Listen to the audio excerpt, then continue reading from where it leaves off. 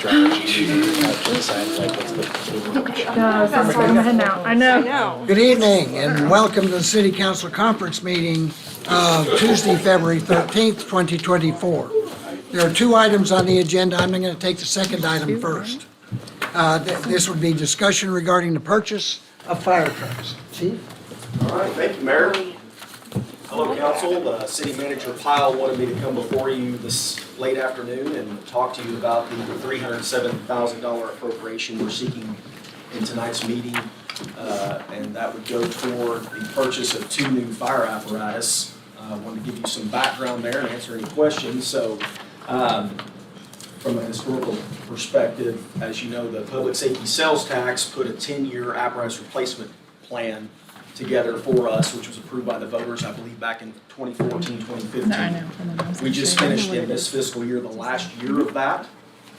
And that's typically each year how we bought our big fire apparatus. So you have the public safety side of that, and then you have the regular budget capital fleet replacement. We still had apparatus coming out of that, such as brush bumpers, staff vehicles, support vehicles, which would be bought out of that.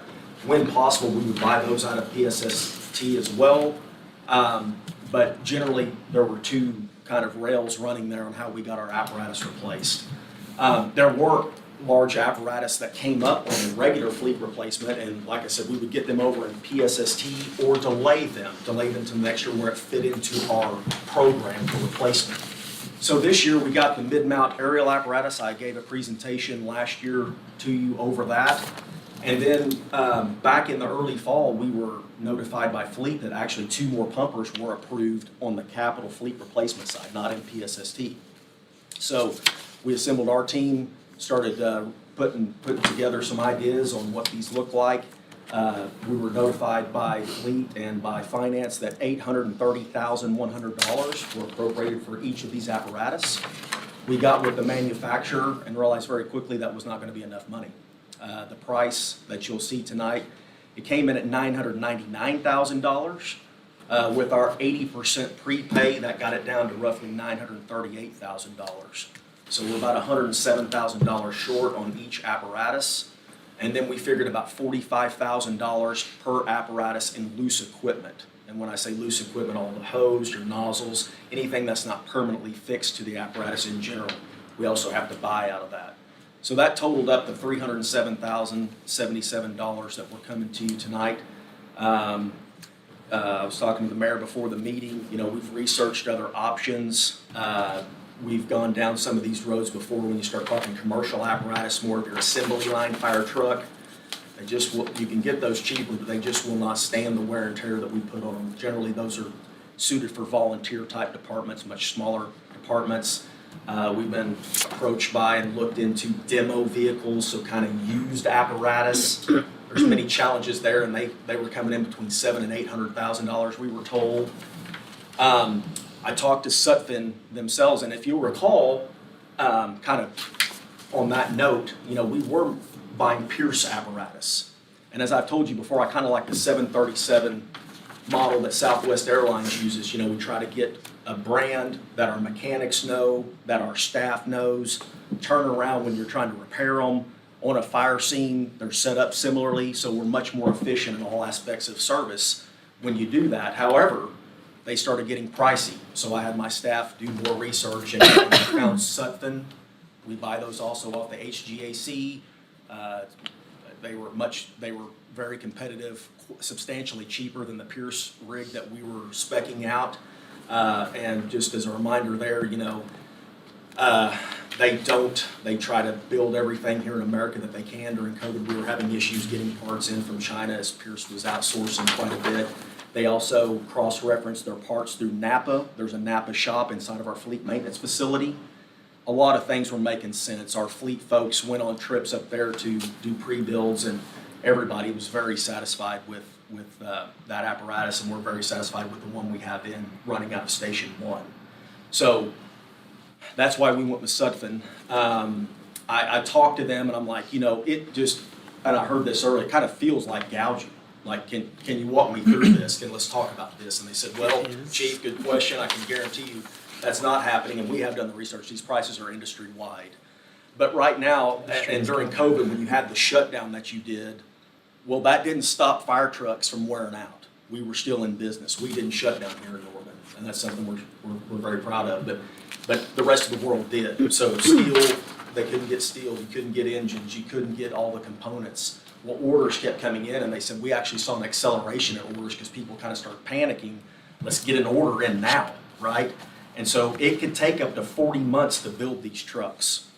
So you've got the planners at these apparatus manufacturers looking ahead 28 to 30 months before they actually start production, because that's how far back in the line we are.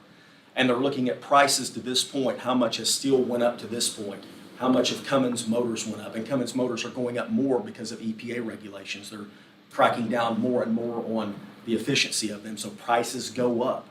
Everything's going up. So they look at the past history, which they base future things on, and that's where they come up with these pricing things. They're not gouging us, but they still are in the business to make a profit, and they're certainly don't want to lose money. So that's why we see the increases we are. Fleet has done a research on the two apparatus that these will be replacing. We talked to them about that. I thought one of them might be able to, we could avoid one of them, but they dug down and we trust their research. They said, no, Chief, both of them need to be replaced. And by the time you get them in, again, it could be 42 months before these things go in service. By the time we outfit them, get them, it could be that long. So they said, we just don't feel like we can take the chance on that. And every day we wait, you're going to spend more money replacing them next year. We need to go in and do it. That was their recommendation. So I forwarded that on the city manager. We got this before you to consider, and as I said, City Manager Powell wanted to come and give that context and that background to you, and then answer any questions that you might have. Question? Yes, sir. How old are the two that we're replacing? They're going to be these pumpers generally are 12 to 15 years old when we look at replacing them. So they're both in our reserve. They're both reserves now. So they will continue to service frontline apparatus. And that's generally what we do. You replace the reserves, and then a new one goes in, and something will go to reserve that has 3, 4, 5, 8 years of life left in it. So possibly the two existing ones could be 20 years old by the time the new ones actually arrive. I can get you that information. I'll have Fleet look Somewhere that around up, that area. but exactly, probably. but Okay. let's say they could definitely be 15 years old by the time they're being replaced, and that's a pretty long life. I mean, we fell under 25,000 total call volume last year, so that's our demand keeps going up, call volume keeps going up, and we got to have reliable apparatus. That's what we rely on. That's what the public relies on. So it's serious business. Councilmember Schuler?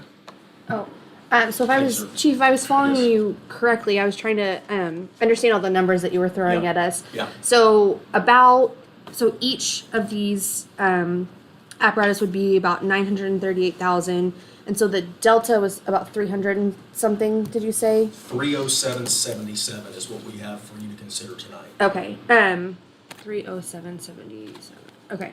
And we're taking that from the general fund to The general supplement fund balance to supplement. for the capital. Yeah. Okay. That's right. Okay. That I was just That's what clarifying in yeah, my brain what yeah, the. that's what finance Okay. told us would happen. Okay. And this is, yeah, okay, that was my question. Further questions for Chief? Further discussion? All I'm right. good with it. Thank you for your time and your consideration. Thank you. Sir. All right, move the wrong page. Item number 1, discussion regarding renovations to 109 West Gray Street. I'd like to start this discussion before we start with you, sir, if we may. Councilmember Foreman made a comment that stuck in my mind last time we met about this. And she made the comment that we're moving around and we're checking things that we don't have a basis to check yet. Can we do this? Can we do that? Can we do this? My suggestion, after reading a report that was done by the downtowners, if you don't have a copy, we'll get you copies pretty quick. A report that was done by the downtowners that basically has data that they collected and the questions they collected that data with in there, and the answers to those questions. And in general, what it seems to me we're doing is we're arguing all kinds of possibilities rather than looking at a solution in the end. How are we going to do whatever we're going to do? Do we want to rebuild a shelter and do something and then spend money on something else? I think we need a plan to be able to do this. And what I'd suggest to you is that we put out an RFP and have somebody who can do an analytical plan that sits down and looks at available land, looks at do they want to sell it, what the price of that land is, what kind of structure would you put on that land, and how would you do that, and come up with a plan that we can tell the public, this is what we want or don't want, one sort or another. Thoughts, questions? Yes, ma'am. Me, I know. Been firing this gun for 4 years. Catherine, Yes, the feasibility of that. I guess my question is that. I'm doing an RFP. Yeah, for everything the We mayor can do just. one, I don't know. You know, I want to be careful about how we flesh it out to make sure there are firms out there that would submit a proposal, but yeah, that's something that could be done. It would probably take 30 to 45 days to draft, then get it out on the street for at least, we usually do 3 weeks, and then do interviews and try and get that back in front of council. And I would imagine it would take, to interject, 90 days, something, 60 days to do a land survey, is my thought. And then we'd have to go back to questions. Again, to the public, is this feasible to them? And then we talk about it. Would that be, is that reasonable? Yeah, I don't know what kind of proposals we would get or how long they would submit, you know, for a land survey of Norman. Obviously, you'd want a firm that's familiar enough with Norman that they can be pretty efficient with that. But that's probably about the right timeline. It could be a little bit longer. We wouldn't know probably till we got the RFP responses for sure. But yeah, probably close. Okay, I'll let Okay. default. I'm a yes and. So I know that the Oklahoma County, the commissioners hired a land specialist to help them find a location for a jail because it's also unpopular.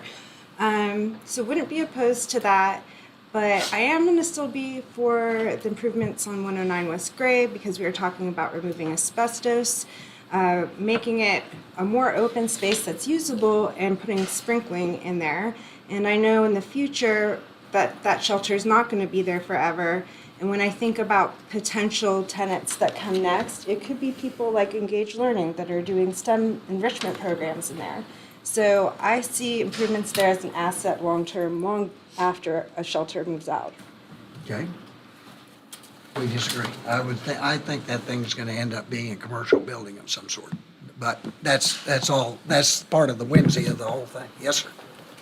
I agree, we should definitely delay it.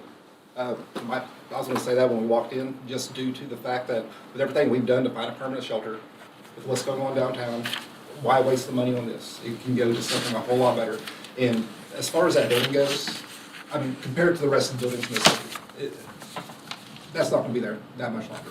So why waste the money on it? It can definitely be upgraded and be turned into something a whole lot nicer.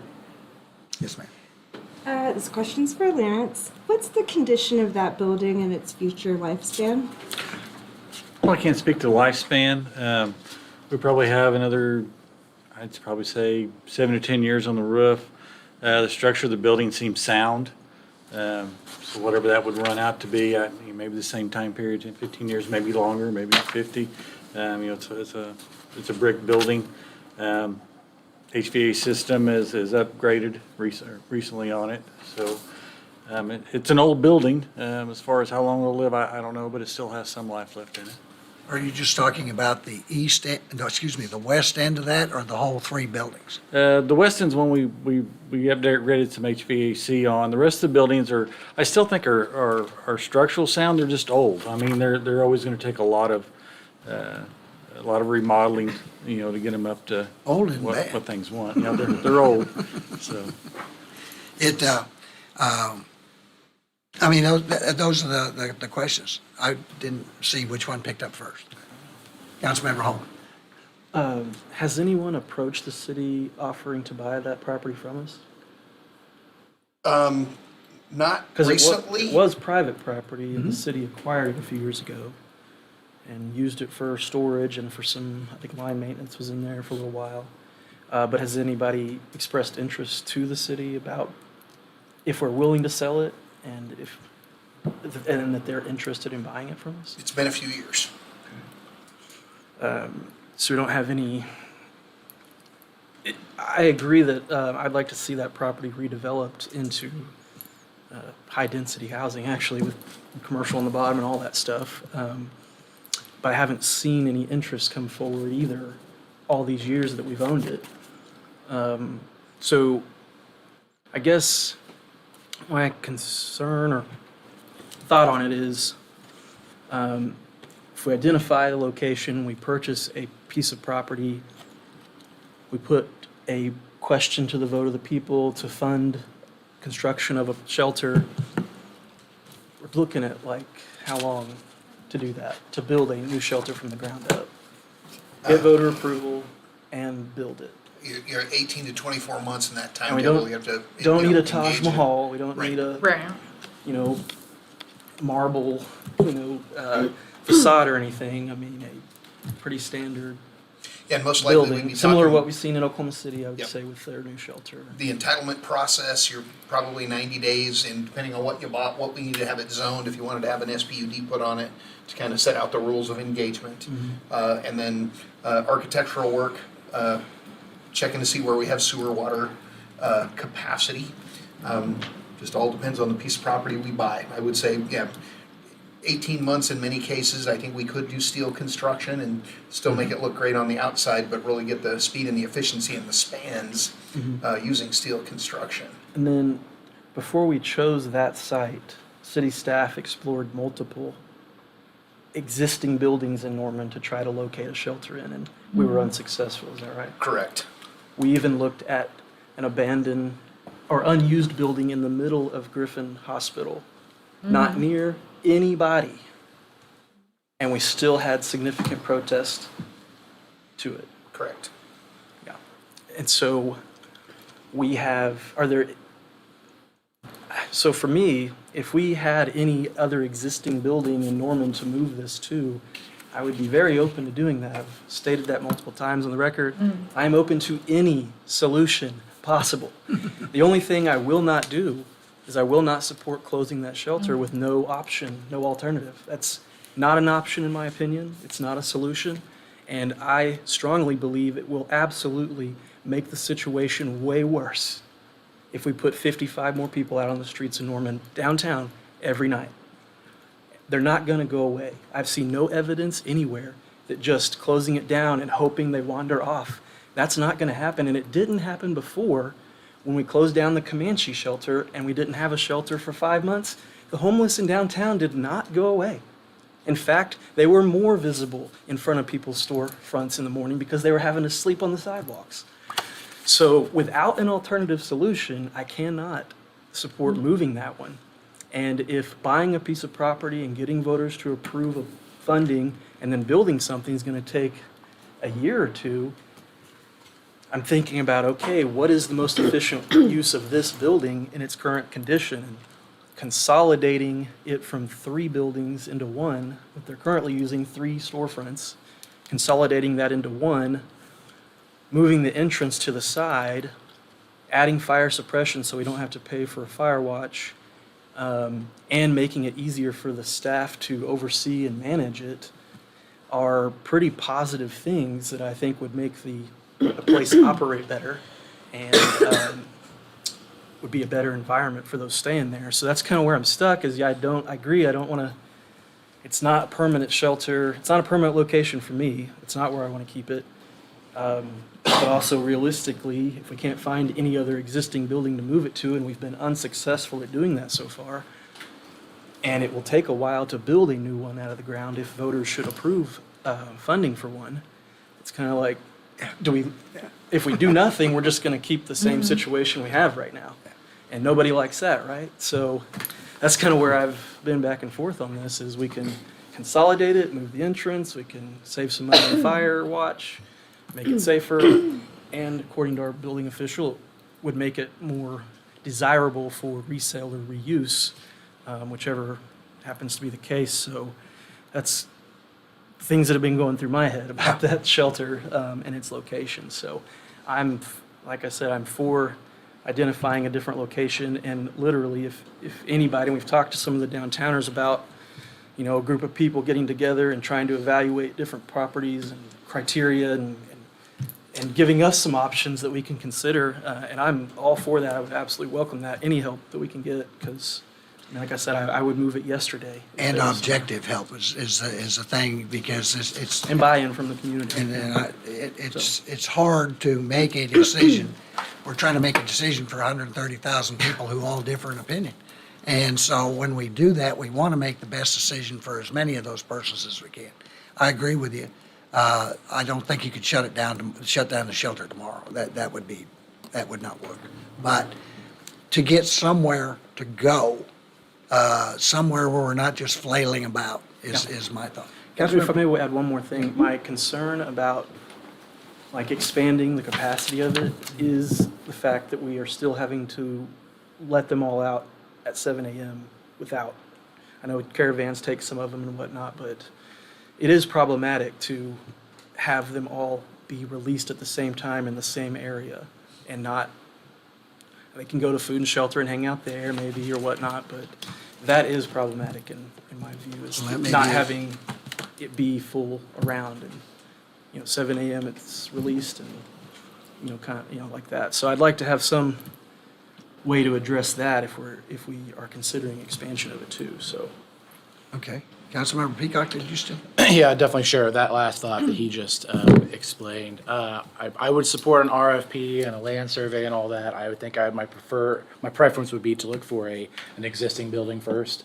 The lead time of finding land, building, designing building, all that, it's just too much runway. I think if we could do an existing building survey instead of a land survey almost, like go out there and see what properties are available, I would have more interest in doing that. I think my biggest question was, I don't even know who to ask. If we were to demo that building and sell it, we would have to abate the asbestos first. Am I correct in that? Okay, so that's something we have to do regardless of what path we take forward, right? Okay, just making sure. I think it'd just make a difference in some of the changing air conditionings, we haven't heard what you were going to say, Lance, but Fine. all those kinds of things. So let me get Councilmember Ball first, and then I'll get you ladies. I just want to say that I think holding our downtowners, the residents and the business owners hostage until we can force the voters to pass some kind of bond to build a shelter isn't fair to them or any other taxpayer in the city. And acting like we can't stop the problem, we created it by putting the shelter right there. I disagree. We can stop the problem 100%. just by closing it, and then we can figure out what to do from there. But if you want to help these people, you got to put a stop to it. You got to turn the faucet off, or you're just going to keep cleaning up a mess, and it's going to keep getting bigger and bigger. It happens everywhere. That's all I have. Thank you, sir. Councilmember Schuler. So I share kind of the same thoughts that we heard from Councilmember Grant, Councilmember Holman, Councilmember Peacock. Like, I'm for doing some kind of RFP for, I would even say like land and Sure. building. Like, He says it best. have a Anything. land survey and a Oh, potential I'm sorry. Okay. building survey. Like, but we've looked for several years now for buildings and property. So maybe somebody else can do it better than we can. I don't know. But I don't think that it's a solution to the problem that we have right now. So I think it's a yes and. Like this, per what Councilmember Holman said, I think there's a lot of potential positives for an expansion right now. I understand that, that is not what some people would like to see happen. But let's remember that we are still turning people away from our shelter every single night. So there are more people that could be safely housed under a roof where we know where they are, in a safe location, than we currently are able to provide right now. And I know we have a presentation too, and we're kind of talking about a bunch of different things. And I'd like to at least see the presentation Of that course. staff has put together, and then we can maybe continue the conversation around, does this make sense, and what is the cost, and kind of what are we paying for? if we approve an Understood, extension. and I agree with you. Councilmember Montoya? I agree that we need a plan in place. So we have our home-based study from 2021, and, it outlines, implementing a permanent shelter.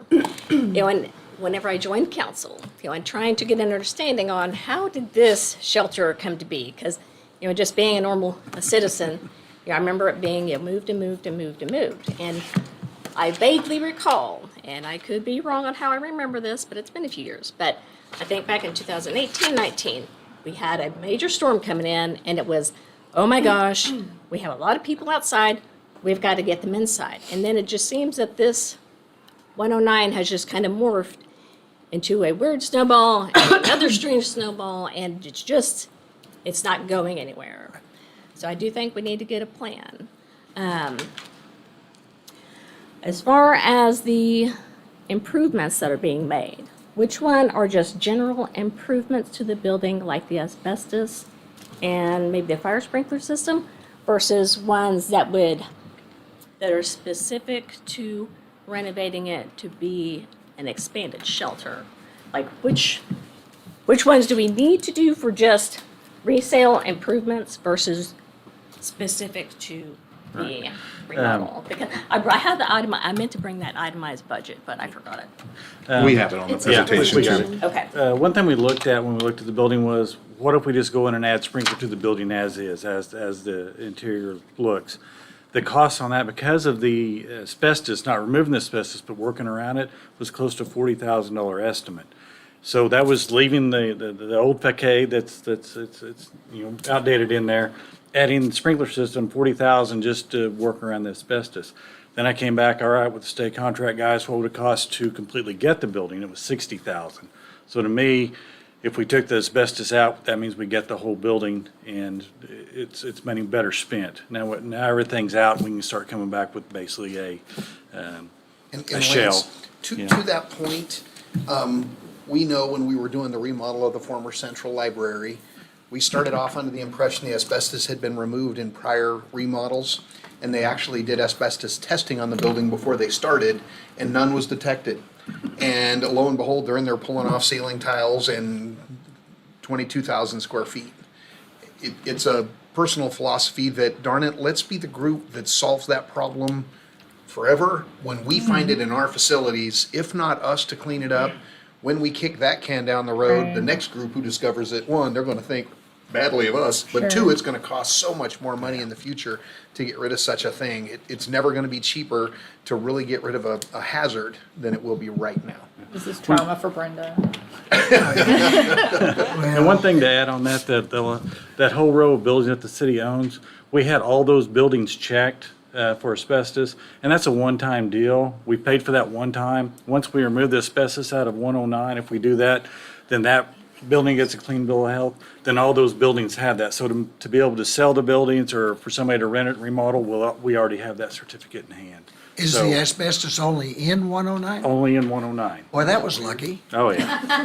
Just our luck. So, in closing, I am in favor of getting some kind of plan, whether it is buying land or a building, but instead of reinventing the wheel, it is my opinion that we should speak to those and talk to those that are working with these populations. Like, let's go talk to Oklahoma City Homeless Alliance, maybe a few council members or have small sessions just so we can get an understanding of what we are trying to accomplish, because I don't know what this population needs at all. I mean, I know that it's a very wide and varied population of people with varying challenges. So I don't know how to solve it, but those that work with the population do. So instead of reinventing the wheel, let's talk to people so that we can get a plan and go to the voters. And yeah, that's all I Ask have. for money, that's the hardest part. Well, if I may interject before. If you read this from the Downtowners, you'll find a good deal of information that's pretty unadulterated. There are some very funny comments in there as to their opinions on how things work. I would agree with you that if we put out an RFP for a site selector to choose a term, that site selector also contact all the providers, those that are food providers, those that are shelter providers, those that are medical providers, and get everybody working on one page at least 80% of the time to go up to one goal, and we say, again, not the Taj Mahal, but this would be acceptable to all of us. We can have services, we can have this, we can have that, because there's all kinds of stuff that people will ask for that won't fit down here. This is a whole separate discussion. I think that the 109 discussion is, as you say, it can't be shut down right now. It would be my thought. But we want to get it out of there as quickly as we can, because if you read this report from the downtowners, it is very damaging to them, and they can prove it. I think it would be a good idea for us to sit, even if we had to do a special session, and just listen to the downtowners on an afternoon sometime that we can do. Let me see if we can work that up, and so that we can better understand what they want. They're not mean people, but they're trying to make a living, and are we making it the easiest we can as a city to be good neighbors and to prosper them? And my answer would be no. We are not doing the correct thing. So I think we need to change our behavior. You may differ, but I'd like to at least have an analytical, not emotional discussion on how to do that. And it may take 90 days to be able to get it. Thank you, sir. Yes, thanks. I mean, I did just want to note that this situation is not new, and it was not created by this council. There has been a shelter in downtown Norman since the late 1980s, early 1990s. As long as I can remember, there has been a shelter in downtown Norman. It used to be where the well is, which is right behind the most popular restaurant in Norman. Several businesses in downtown Norman opened their business when that shelter was still there, which is interesting to me. The city funding a shelter was a response to a situation that was already happening. Multiple people died and froze to death in downtown Norman in front of businesses. So you think about what looks good for business. People freezing to death and finding dead bodies in front of your business. Is that good? I don't think so. And that's what happened, because they had nowhere else to go. And the churches couldn't do it, and the nonprofits couldn't do it. So who was left to do it? The city had to do something. We had the empty library, 50,000 square feet. So that's where we did it for 2 years. No issues that I can recall. I mean, maybe been some, but none that I can recall in those 2 years that we did it there. And then we had to begin construction on the development center, and we had to move it. And we had to move, well, one place we could find then was the one on Comanche, which was, again, not ideal, and it wasn't set up for that situation.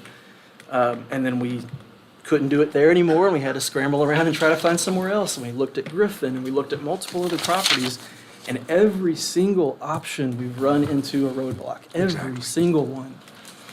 And so, one of the questions about, is downtown more vibrant than it was 3 years ago? During COVID, when COVID started, was downtown vibrant then? I would say probably not. We didn't have Norman Music Festival that year. We didn't have Fall Fest that year, and we weren't having Art Walk. So this idea that it's a brand new thing, that it's exclusive to Norman, that this city council, any of us, you, a former mayor, are responsible for homelessness, which is a national issue in every single city our size and larger, whether they have a Republican mayor or a Democrat mayor, they're all having it. And they're all having these same conversations about what to do. And, I've seen nobody that said, no, that's a great location, that's where it needs to stay permanently, and I'm all in. We've all said if we could move it right now, yesterday, we would. We would. There's been nothing offered by the public for where to move it to, and city staff has been unsuccessful at finding anywhere that we could move it to. So we are stuck. It's not holding hostage. There's no other option. What are we supposed to do?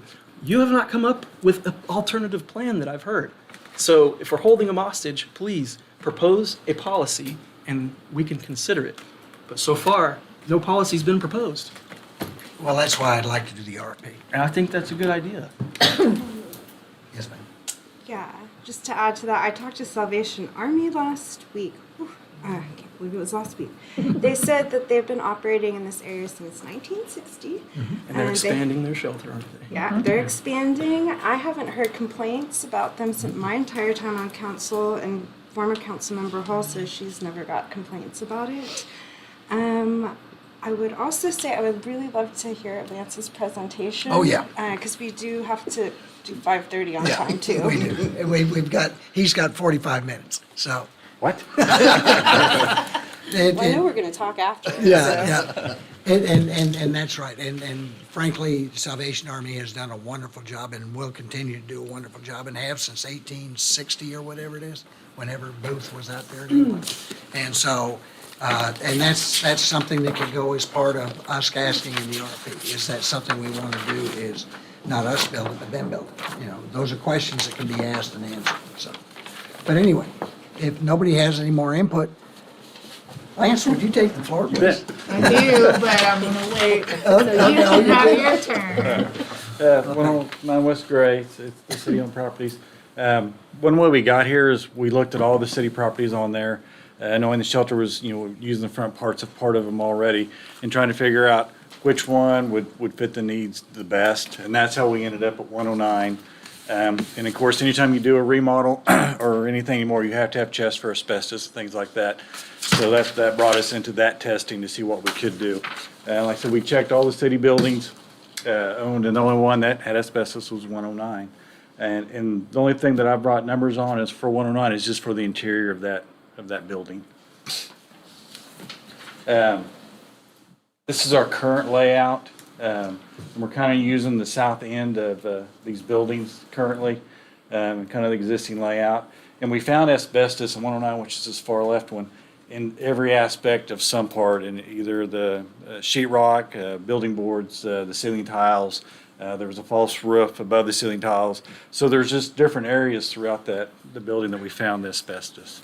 And that's what kept us from just going in and adding a sprinkler, because the cost to work with asbestos and leaving it in place was just as high as taking it all out.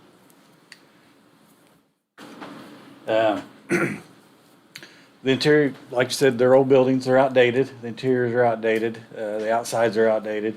And of course, the building we picked, or fits the needs the best, has asbestos. So we went with the state contractor to find out the price of asbestos and removal. And $60,000 to completely get the building. So they would come in, we'd kill the power, they would take everything out. So it would just be stone and mortar building when they got through. So we'd have a clean slate to start with. And then we'd be adding in the fire suppression system. That system will go into this building and then branch out into the buildings next door to it. How long would that take? The asbestos part would take about 3 to 4 weeks removal. As soon as they got done, it would be about 2 weeks to start bringing in the fire line, and at that time we could start doing other construction work during that time. Asbestos would actually go pretty quick. Okay. Is there a fire line run to the building, like fire service already to the building, or would we have to bring that? No, we'll main? bring in. There's the water main is in the road right in front of the building, Okay. so we'd be bringing there, then bring the riser in. This is kind of the design we came up with, male and female side, adding another door on the east side of the building so that the men could come in one door, the women the other. That would clear the Main Street area, which is, with the park and the sidewalks pretty narrow. That would just be used for emergency exit. And then the north side of the building, there's an overhead door there where we take it out, add another steel door just for exit only. Then the center part, open area for observation, 2 little intake offices, janitor closets, and then adding the bathrooms, which I think putting them on that wall, if the building was ever used for something else, it would work out well for a future layout.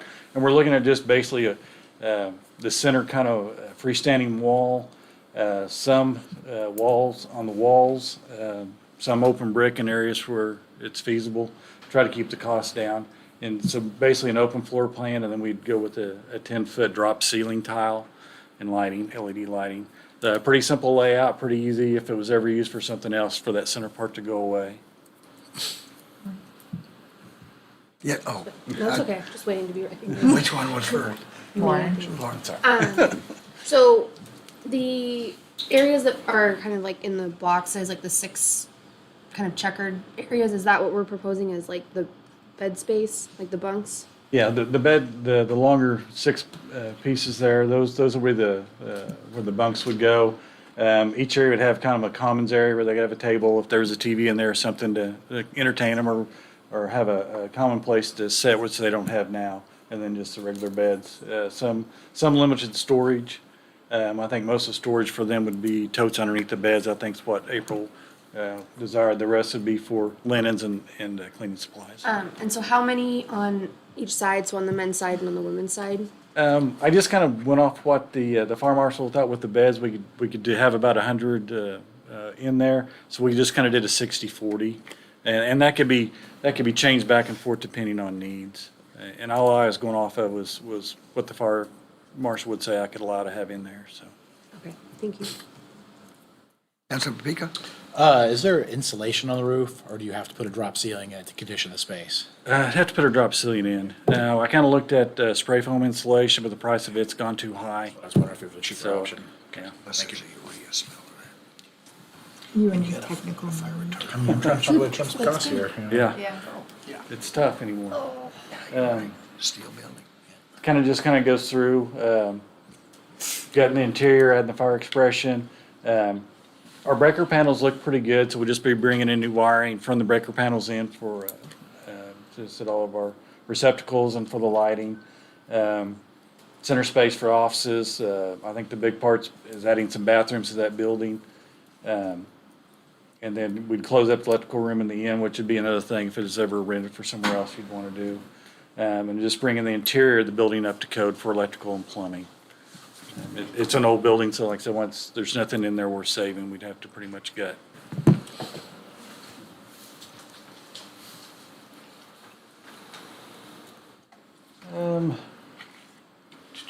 Currently, like I said, we've got everything. The HVAC system is good. There's a smaller unit that runs part of the building that is in pretty good shape. We had to replace the main unit on the roof.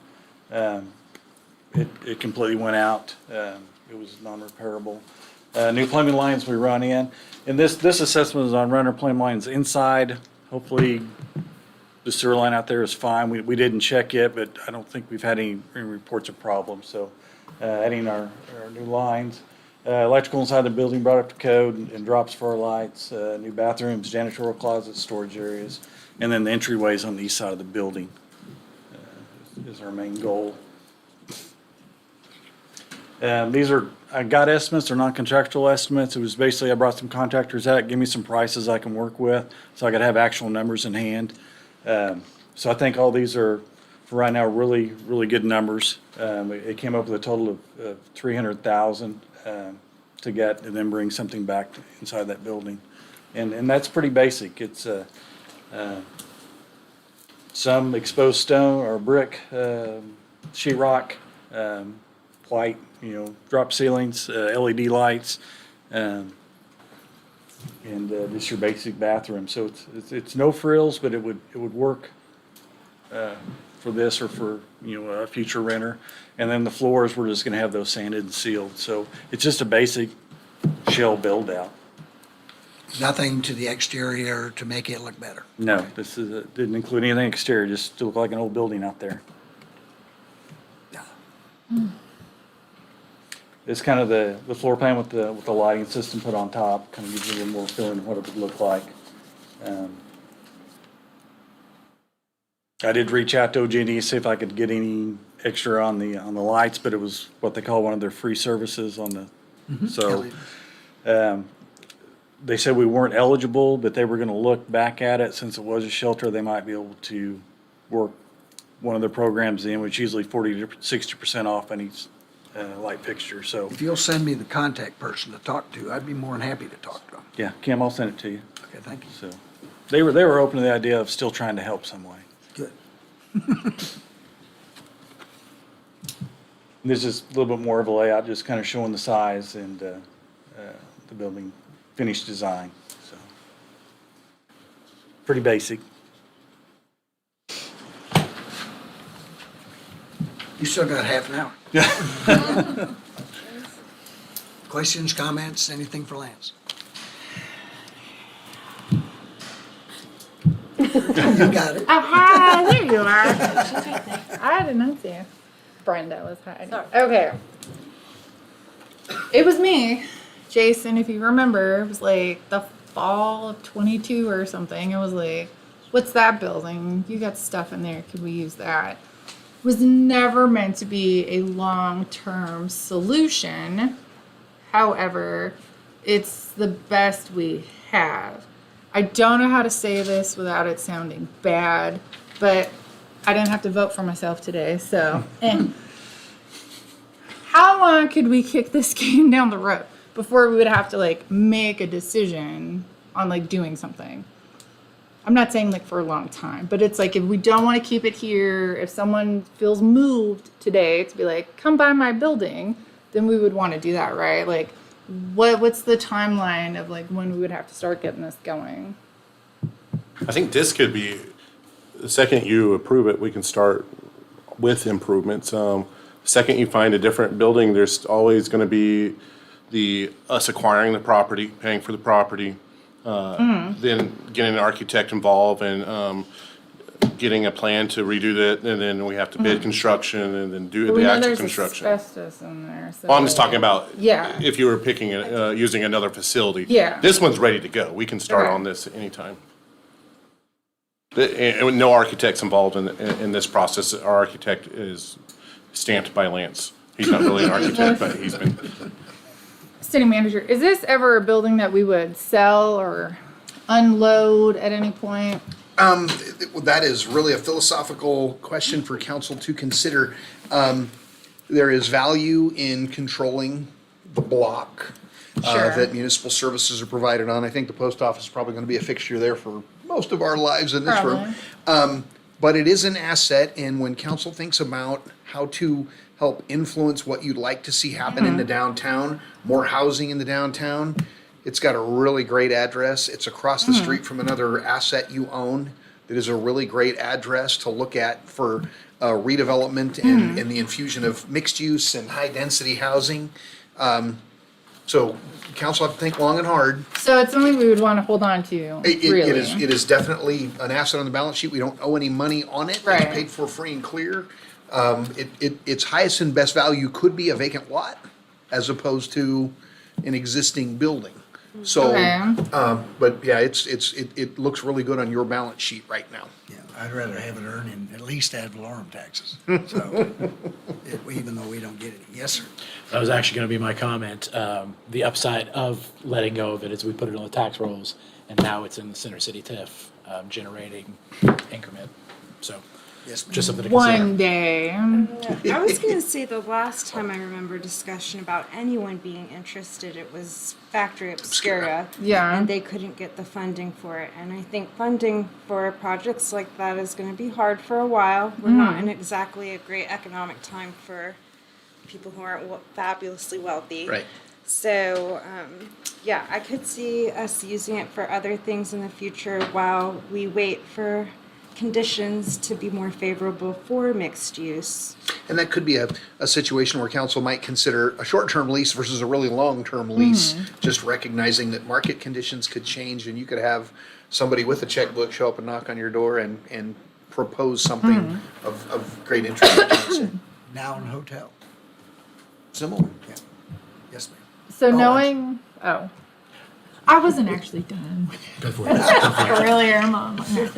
No, knowing that it has these issues, like Catherine, is this something that we could sell as is if we were to sell it? If we didn't, whatever, would we be liable and responsible for taking care of it before sell? We would certainly have to disclose the asbestos. Uh-huh.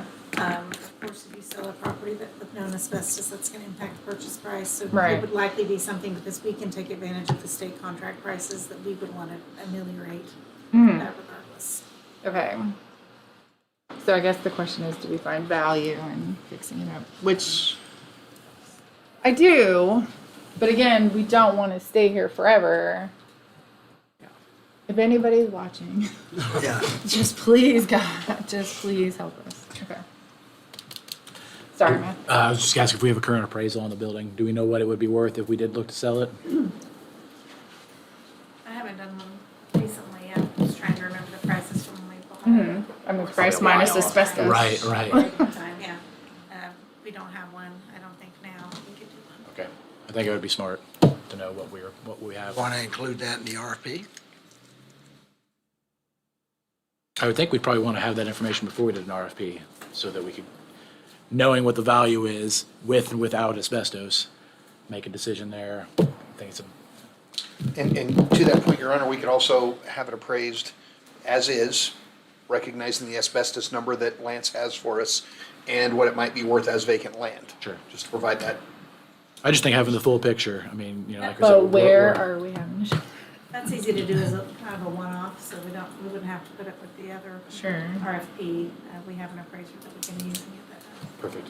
Thank you. So if we did approve the changes to the building and the consolidation into one building as proposed here, I know it makes it so it could have a higher capacity, but what would that mean? Would we need to renegotiate a contract with Food and Shelter, or would we need to issue a new RFP and take in proposals? What would be the funding needed I think we talked about it before, it might not need a whole bunch of new staffing, but what would an additional, maybe security officer cost?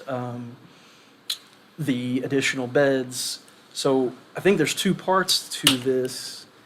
Like, just doing the renovations to me isn't a given that we expand the capacity. It allows it to be done, but there's still a cost to that expansion. And so I don't know what that Yeah. expansion of capacity is. And like I mentioned, I do still have concern about expanding capacity and still having the issue of we have to let them out at 7 and where are they going from there? And so that's why I've been thinking it's a two-part question, really. And I just want to make sure, because those of us that attend oversight every month, we get the data, we have the discussion with April. And, since we opened that shelter in November 22, about 200 people have been transitioned out of homelessness in Norman into housing. They're no longer homeless in Norman because of that shelter and the services and resources that it provides. It doesn't have to be in that location, but I just want to be clear that what's being done there is having a lot of success at getting people out of that situation and off the streets of Norman who would otherwise be there right now. Would it be best, in your opinion, to find out what the land's worth to start off with? That's step A. B, put out a RFP to find somebody who will work with the providers to find a place that works with them, and then make the decision on this? Is that what I'm understanding? I mean, I think appraise it and then find out the cost of expansion Okay. at the same time. So put that in the middle. Yeah, together. That the makes sense. appraisal. I was just trying to to. see a bigger picture cost. And then go to the RFP and site assessment or site I mean, procurement. while we're doing that, we're just continuing with what we have. Yeah. So, Nobody's dying, nobody's hurting. right, so it's there and would just stay the way it is for now. But I mean, like I said, I am willing to consider any option for this. I mean, there's I think nothing you that got can a be whole off the crew of us. table here when it comes to this. So any locations, any sites, like we've talked about the Hooten, none of us like it, but it's the only one we come across so far, Also, I'll just say that when we do find a permanent 24/7 shelter, it will not be the silver bullet to the issues we have downtown. We still, and a part of the home-based study and action plan, need to work out transportation. And I can tell you from personal experience, there are people that did not interact with that shelter whatsoever that have cost the city thousands of dollars in services. Would have been great if they connected with the shelter, though, because that would have saved us. So we'll need to still talk with Cleveland County Detention Center and whoever's doing mental health and health care in this community so that those people do not have a psychotic break in front of lazy circles, do not come into scratch, and literally scratch someone, and otherwise cause issues downtown and in neighborhoods throughout Norman, actually. I heard a conversation earlier today about, you know, the service providers in Cleveland County, be it Red Rock, Griffin, Cleveland County Jail, that, yeah, there really is no return to home when your time is up or your services have been rendered. You just leave, and that means you're leaving in Norman. And there is work to be done on getting people back from whence they came to provide them with the greatest opportunity for long-term success. So that's absolutely a thing that needs to happen, and contemplate the scope of that land and building survey. The home-based study is not a city of Norman study. It is a study of Cleveland County. It is a Cleveland County continuum of care. If that helps us determine the scope of what is to be evaluated, we'll show you that RFP before it goes out. But yeah, we've got more partners that need to participate too. Are you advocating that we put the shelter in more? Wherever the study says it should be, and all of our data is driven countywide. It's not driven by the city of Norman. That's right. Exactly right. Lance, so we have an estimate for $300,000 right now. What is the likelihood that that will increase as we punt this down the road potentially several more months? I think our numbers are probably good for 6 months unless something drastic happens in the economy. I think they're Okay, good for a yeah, while. just wanting to understand the full picture. Further questions or comments? Well, thank you, sir. Been an interesting conversation. As of now, we are now adjourned. Half an hour, we'll start back up.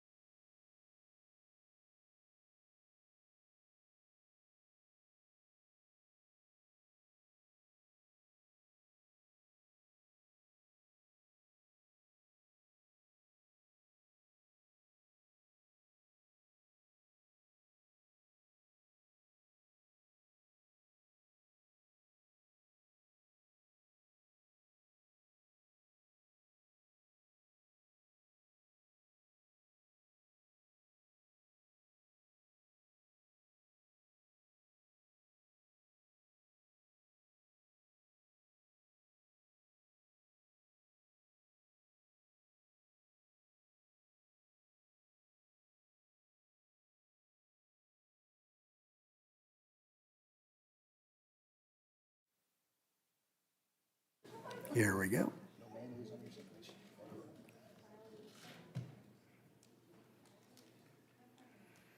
Good evening and welcome to the City Council, Norman Utilities Authority, Norman Municipal Authority, and Norman Tax Increment Finance Authority meeting of February 13th, 2024. Madam Clerk, will you call a roll, please? Councilmember Ball, Present. Councilmember Schuler, Here. Councilmember Montoya, Here. Councilmember Grant, Here. Councilmember Nash, Here. Councilmember Foreman. Here. Councilmember Holman, Here. Councilmember Peacock, Here. Mayor Hykela. I am here. Would you all please join me in Pledge of Allegiance? I pledge allegiance to the flag of the United States of America and to the republic for which it stands, one nation, under God, indivisible, with liberty and justice for all. Thank you. It's time for council announcements. I'm going to start on that side this time. Councilmember Ball. Okay, just two real quick. First, I want to thank the Downtowner Association for putting together a very in-depth questionnaire and survey about what problems they're facing and how they feel about it. We just got it before our study session, so looking forward to looking at that much more in depth. And the only other announcement is AIM Norman has been having a series of workshops throughout the city. If you are interested, the next one will be, well, there's one tonight from 6:30 to 8:30. The next one will be February 15th at Lakeview from 6:30 to 8:30. And then there's a few more in March, so you can get on the city website and find out all about those. And just good luck to all the candidates, and that's it. Councilmember Schuler. All right, the only announcement that I have tonight is that it is an election night for the even wards. As you all know, I'm not seeking re-election, so I give, I guess, encouragement and congratulations to all of the candidates that are on the ballot tonight. And so you have until 7 p.m. To go ahead and cast your ballot for my replacement. So good luck. Councilmember Montoya. Good evening, Norman, Oklahoma, and Ward 3. I hope this evening finds you all well. Tonight's announcements are, so first, good luck to the Wards 2, 4, 6, and 8 candidates tonight. This is an exciting evening for you.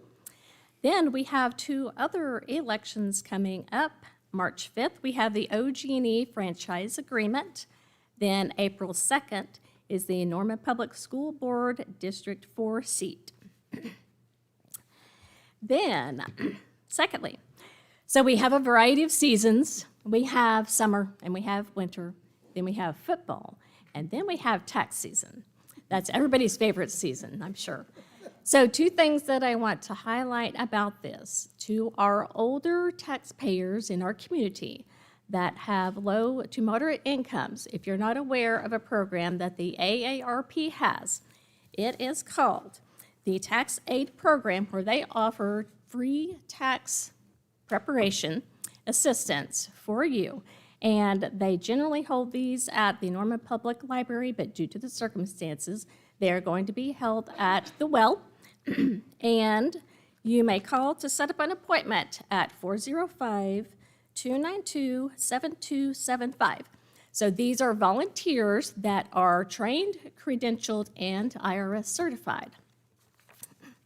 So the other item I want to highlight, please, please, whomever it is you are hiring to complete and prepare your federal tax return, please make sure they are qualified and credentialed. Please avoid the ghost tax preparers. So you're probably wondering, what is a ghost tax preparer? Well, here is the Form 1040.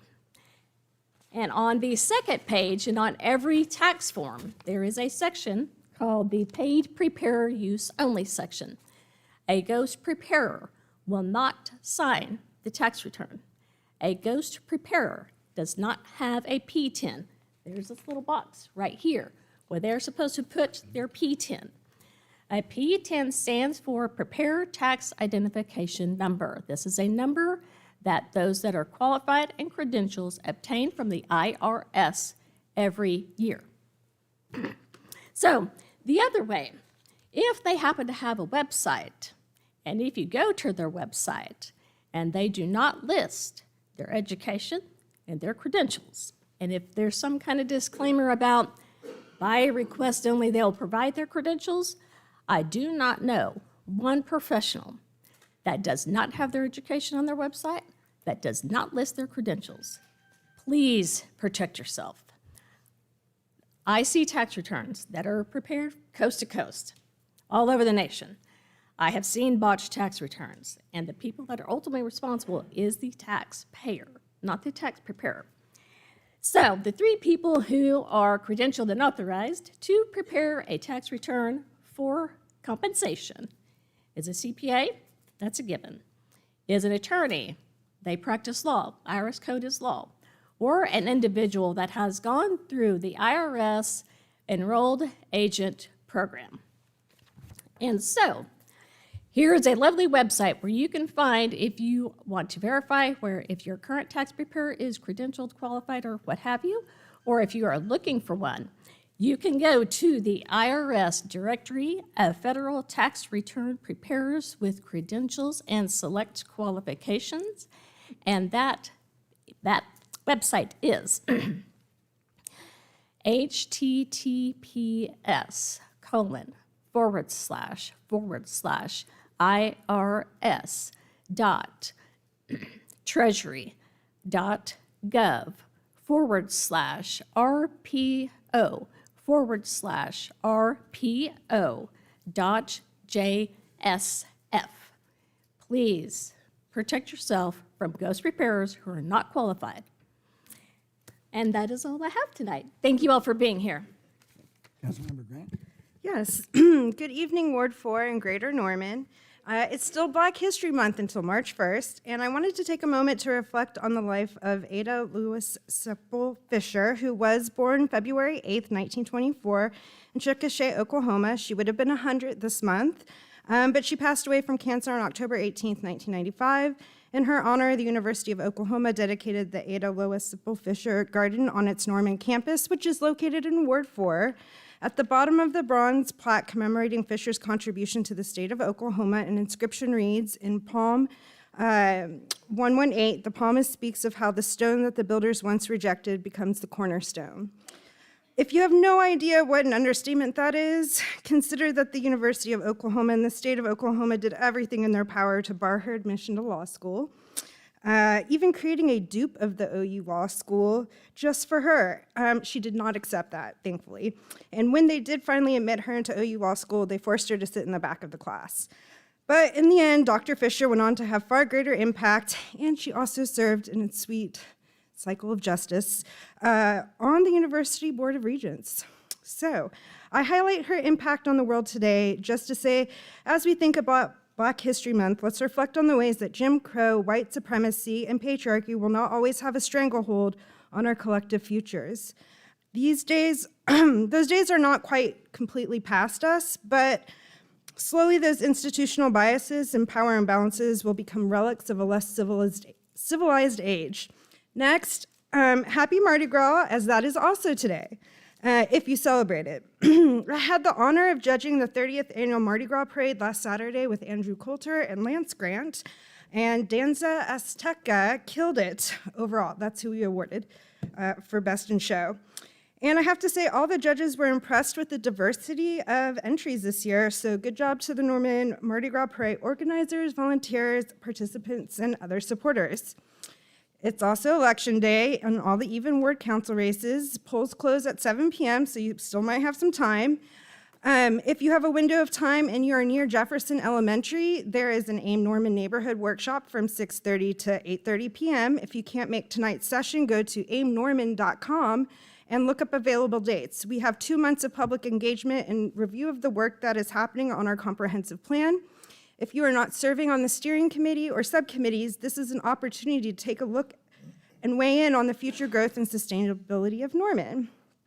Last, I don't know if anyone saw this news item, but on February 9th, the city of Tulsa had selected City Lights Foundation of Oklahoma to operate a long-awaited low-barrier shelter for the homeless. The city has yet to secure a facility for the shelter, and has not announced when it will open, but the 24/7 non-congregate shelter will serve 50 to 75 households, according to a request for proposals issued last year. A household could be a single person, a married couple, or a family. Low-barrier shelters are designed for those individuals who otherwise would not be able to access a traditional shelter due to substance abuse, mental health problems, or other factors. The program, which will include case management services, is intended to resolve the root causes of each person's homelessness and to help locate and prepare that person for permanent housing within 120 days, according to the city's request for proposals. I've also noticed that OKC is making the news as a model for other cities in our region for their holistic approach to solving homelessness. I think if we continue to follow our home-based study and action plans, outlines to be collaborative, find solutions for transportation, housing, permanent supportive housing, and emergency shelter options, we will make a huge impact on homelessness in Norman, especially for those who fall into the chronically unhoused category. Thank you. Councilmember Nash? No announcements this week, thank you. Councilmember Foreman? Well, now I'm really worried about my use of H&R Block. We're gonna have to talk about that, Councilmember Montoya. It's got me nervous. Okay. Especially because I owe. Okay. So, as Councilmember Grant was saying, it is still Black History Month, and if you had tickets to the MLK Interfaith Breakfast, that had to be rescheduled from last month due to the weather, and it's this Saturday. So if you haven't got your tickets, you can go to the city website and look for it and get some tickets. And then to also note, like Councilmember Schuler, today is the even ward elections. 2 and 4 might retain some familiar faces, but 6 and 8 are definitely getting new faces. So good luck to everyone tonight. I'm really nervous to see how it goes. I don't know.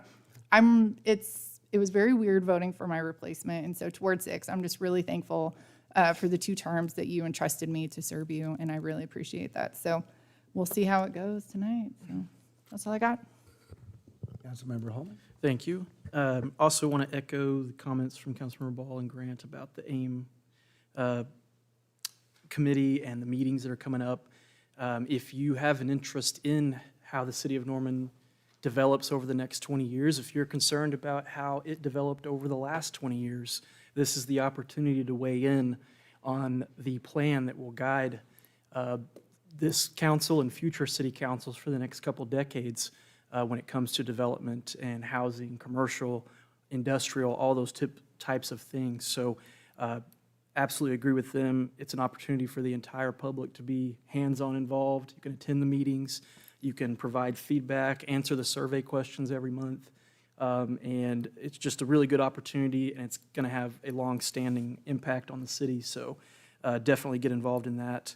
Also wanted to thank the principals at Kennedy and Reagan and Madison and Norman High for hosting me this week. I'll be visiting Irving on Thursday, but the reason why I wanted to do this is that I went to Kennedy and Irving and Norman High, so I was kind of interested in seeing the vast amount of changes that have happened. I've been in and out over the years, but I hadn't really gotten a whole look at everything that's changed, and so it was really wonderful to see. It made me a little bit jealous, actually, because I was just thinking, man, if this stuff would have been here when I was a student, what I could have done. It was very impressive, and I really appreciate the principals taking the time to meet with me. The reason why I picked Reagan and Madison is that those are the 2 schools where most Ward 7 kids go to school in Norman. So, and I had never visited Reagan since it opened, and I had only been in Madison one time a very long time ago. So I appreciate that. They would love to have any of us come visit.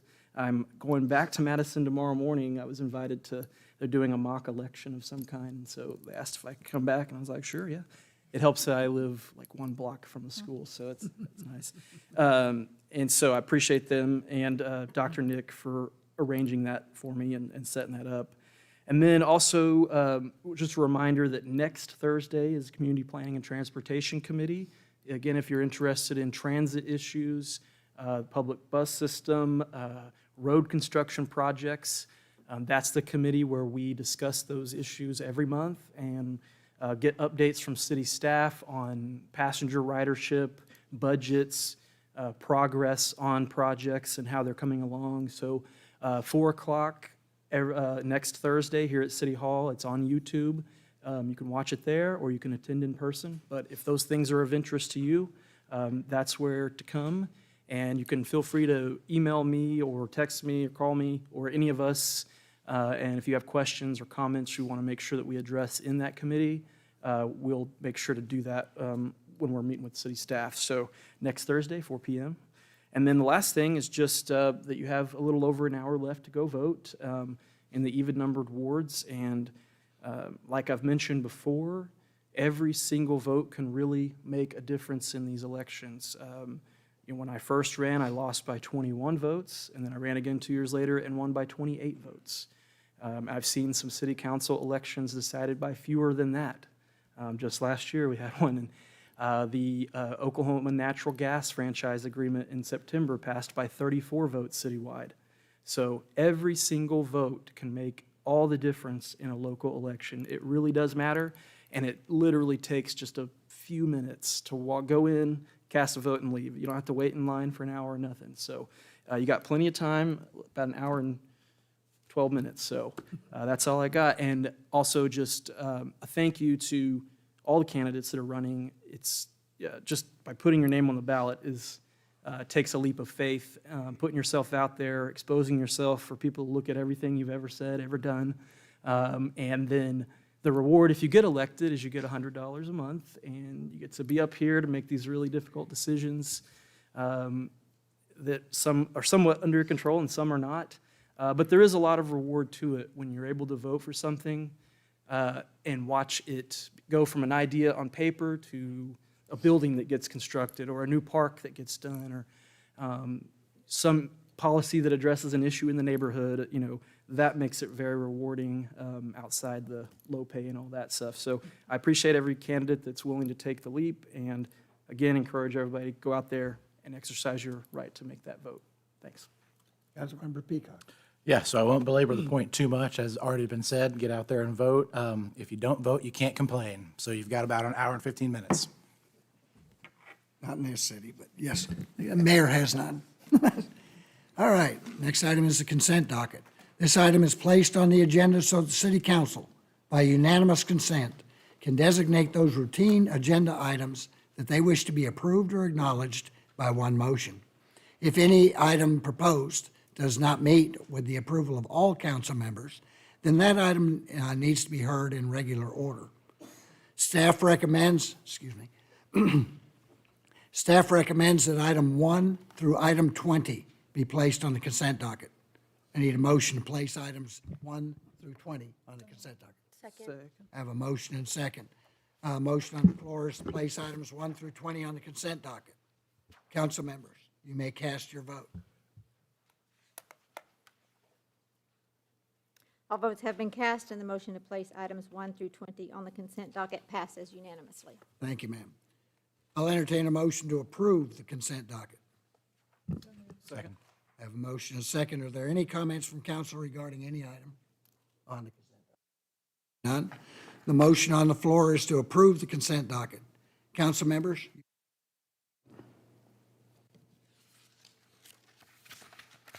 All votes have been cast, and the motion to approve the consent docket passes unanimously.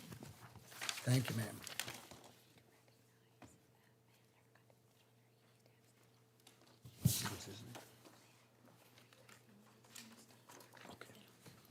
Councilmember Peacock, do you have a statement for the next items? Yes, sir. Regarding items number 21 through 25 and pursuant to Section 2-103D of the city's code, I intend to recuse from the discussion and the vote on these items because I have an actual conflict since I have worked professionally on this project. Thank you, sir. I need a motion to allow. Second. Motion and second. Any discussion? Hearing none. Council members, you may cast your vote.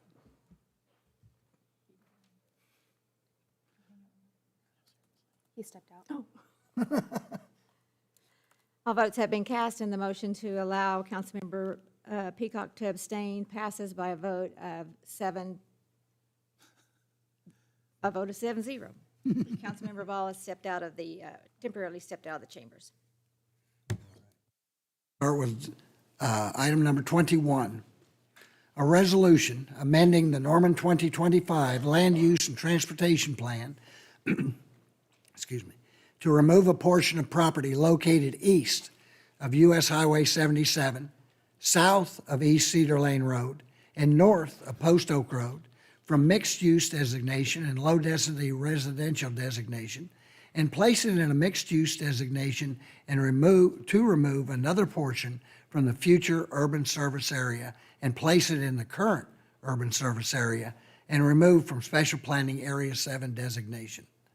I'll entertain a motion to adopt or reject the resolution. Second. I have a motion and a second. Is there a representative of the applicant, Mr. Gunner? Mayor and Council, Gunnar Joyce with Rieger Law Group, and I'm well aware it's election night, the Thunder play, OU plays Baylor, Fat Tuesday, Mardi Gras, and I'm the only thing standing in your way, so I will go very quickly here. We are at the corner of Classen Boulevard and Post Oak Road, as you see on the screen.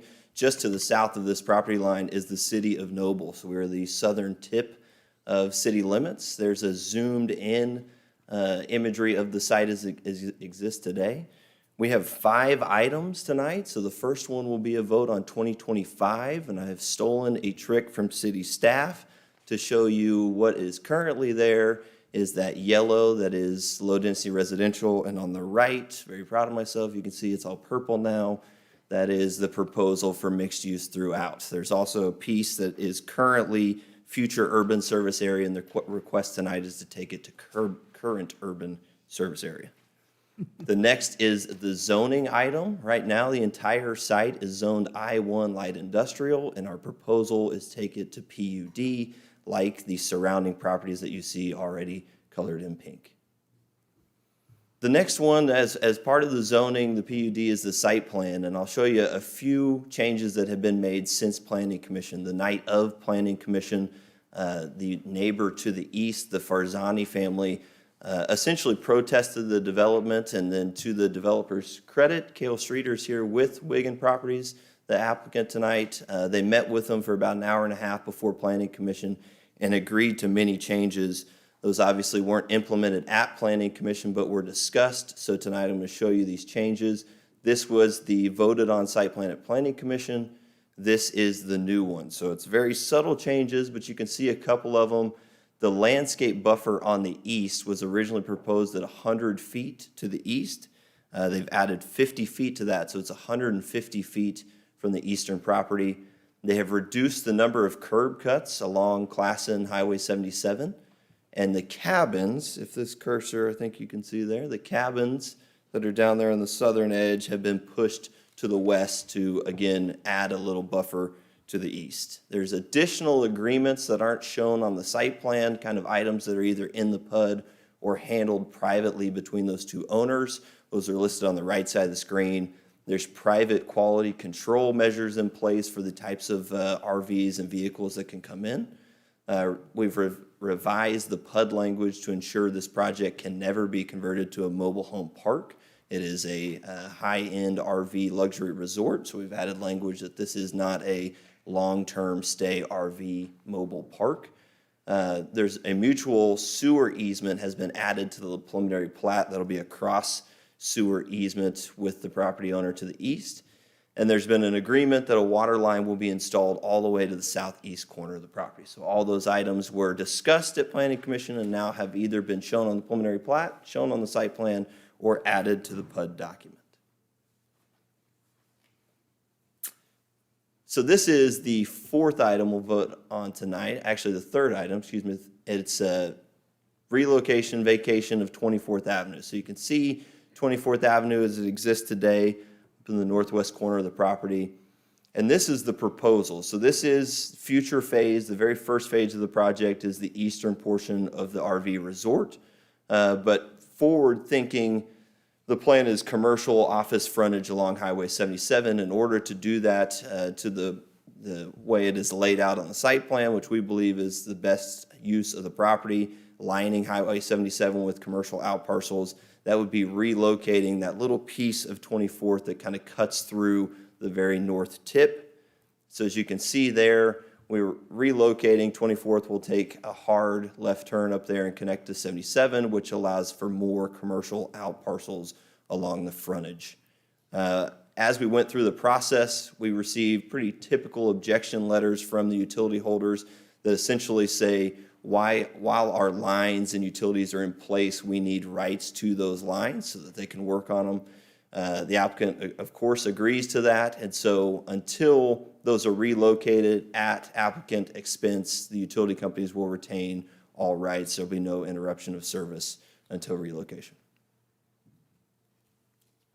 Just to comment on the overall low impact of the site, it has been commended throughout this entire process. There's approximately 58 acres now. That's an old number, 54 before the added extra green space to the east. It's over 38% of the site, which is substantial, especially when you consider the current zoning is I-1 industrial, which is 0% required impervious. So this is a substantial commitment to green space and low impact to the natural features. And then a comment from the staff report says the landscape of the area is going to be used as an amenity. It's one of the main amenities of the project. Much of the proposed development will be low impact use on the land, and it will be left in its natural state. So really one of the main features of the project is how green, how environmentally friendly the resort part will be. This is a picture from that lake piece that's out there right now. It's a very beautiful body of water that will be amenitized and utilized in the resort. That's a list of some of the planned amenities. I'm going to show you some conceptual images on what it could look like. These are taken from other similar resorts throughout the nation. This is the type of resort you could expect to see here, with many resort-style pools, fire pits, restaurants, clubhouses, many amenities on site. And of course, we've met with some of you and talked about one of the main amenities that they're excited about is a aerial park, and so that it will be featured. And this again is a way to use the space in a fun, active way without having to remove any trees and not have a high impact on the landscape and the vegetation that's out there. This is a great site, very close to the OU football stadium, and I think some of you maybe are aware, I don't think it's breaking news, we're going to the SEC. So college game days, I think, could expect more traffic, more RV type of traffic, and this is a much needed spot that can accommodate those vehicles, those travelers. The last item 4 and 5 you'll vote on is the preliminary plat and a lift station agreement. So just so you can see those items, this is the preliminary plat that shows the breakout into the various lots. And then a quick summary right there is listed out. Like I said, it's a highly amenitized resort destination, 10 minutes from the football stadium. It will require realignment of 24th Avenue to accommodate the future phases. Very low impact to the national features. Substantial buffer to the east. That was when it was 100 feet, and it has been added on to make it 150 feet. Very substantial. The second phases, build out mixed use commercial office uses. Planning Commission unanimously recommended approval. Very proud to say no protests through the work of the applicant, and we've had multiple statements of support throughout the entire project, including pre-development, which we don't usually get. So pre-development neighbors did show up in the staff report notes. Some of those commented on how excited they are for the project. The minutes from Planning Commission are filled with very positive comments from planning commissioners. And the Farzani family themselves, who were originally protesters, stated at Planning Commission that they are in support of this project and they believe it'll add quality of life to Norman. So it's a very impressive project. It's been an impressive effort with the applicant, and happy to take any questions. Just one comment from me to start. I did speak with the mayor of Noble, Phil Freeman, and he's excited about this idea. It's a good idea in his. And we have, if you look in the budget, there's a signalization of the intersection at Post Oak and 77 Road. Thinking about all these vehicles coming out, no matter where they come out in there, we're going to increase traffic on 77. But the engineers have already done the work for us and done everything else. We have the request in for that signal. So that may help if that becomes a question. Does anybody else have a question? Who? Councilmember Holman. Yes, I also spoke to Mayor Freeman last time I filled in with you at ACOG, actually, and he asked me about this, and one of his questions was if we were going to do any improvements to Post Oak Road, and we didn't have any that I am aware of that we're doing or planning. No projects I know of to widen it or anything, so I don't know if this project will generate enough to even merit that, but maybe you might speak about that briefly. Councilmember Schuler? Certainly. So, is that on? I was answering. So we have been looking at this area. We do not have any projects at this time to improve Post Oak Road. However, as with all development, as a final plat that area, they will be responsible either a half road widening, or we can look at taking deferral at that point if we do have a future project in place. And as the mayor said, we are currently looking at going for some ACOG funding to be able to signalize that intersection at 77 and Post Oak for safety because of the amount of development that is going on within this area. And we were planning to put a traffic signal there anyway, even before we knew about this. I mean, we've talked about it probably the whole time I've been on council. This location does meet warrants to put a signal in at this location. So we'd like, as I said, we'll be applying for those ACOG funds, and what we're requesting is the design fees and the matching funds so that we can go forward with that project. How does that work when the half of the street is in a different city limits? It really doesn't work very differently than any other roadway. It's still a half roadway. We recently did a project up where actually we had a mile of roadway, and Oklahoma City was the full west. Norman was the south half on the east, and then Moore was on the northeast portion of that. And we worked together to get that project completed with the county. So it was kind of a four-party agreement to get through that one.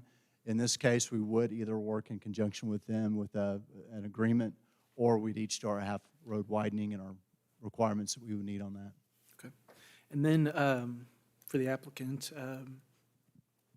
we talked about this when I met with you, Gunnar. You're not clear cutting the whole where the white space is, right? That's kind of it's not going to be concrete, right? Where the little black marks where the RVs, I guess, would park is not necessarily going to be concrete, but Right, exactly correct. I think here, this is the best image that I could have that would give an expectation, that bottom right. Essentially on the preliminary plat and the green space exhibit, it's not shown as green because it is not basically just straight open space. Yeah. But yeah, it'll be extremely green throughout. It's, to your point, 38% of the overall site is basically designated green open space. I think you can expect much higher than 38% overall once it's developed. and it'll be natural materials, I guess, that are good for stormwater runoff and all that. Absolutely. And I think the goal, the way he explained it, was the preservation of, I mean, there will be some trees that are removed, I'm sure, but for the most part, the whole, like, part of the project is the amenity of the trees. So for those that may be concerned about, it's a very nice wooded area for sure Right. on that pond. So I want to just make sure that was on the record. And then the commercial that faces Highway 77, that's all done with our not having parking minimums in place. So it takes that into account. That's what they think they may need.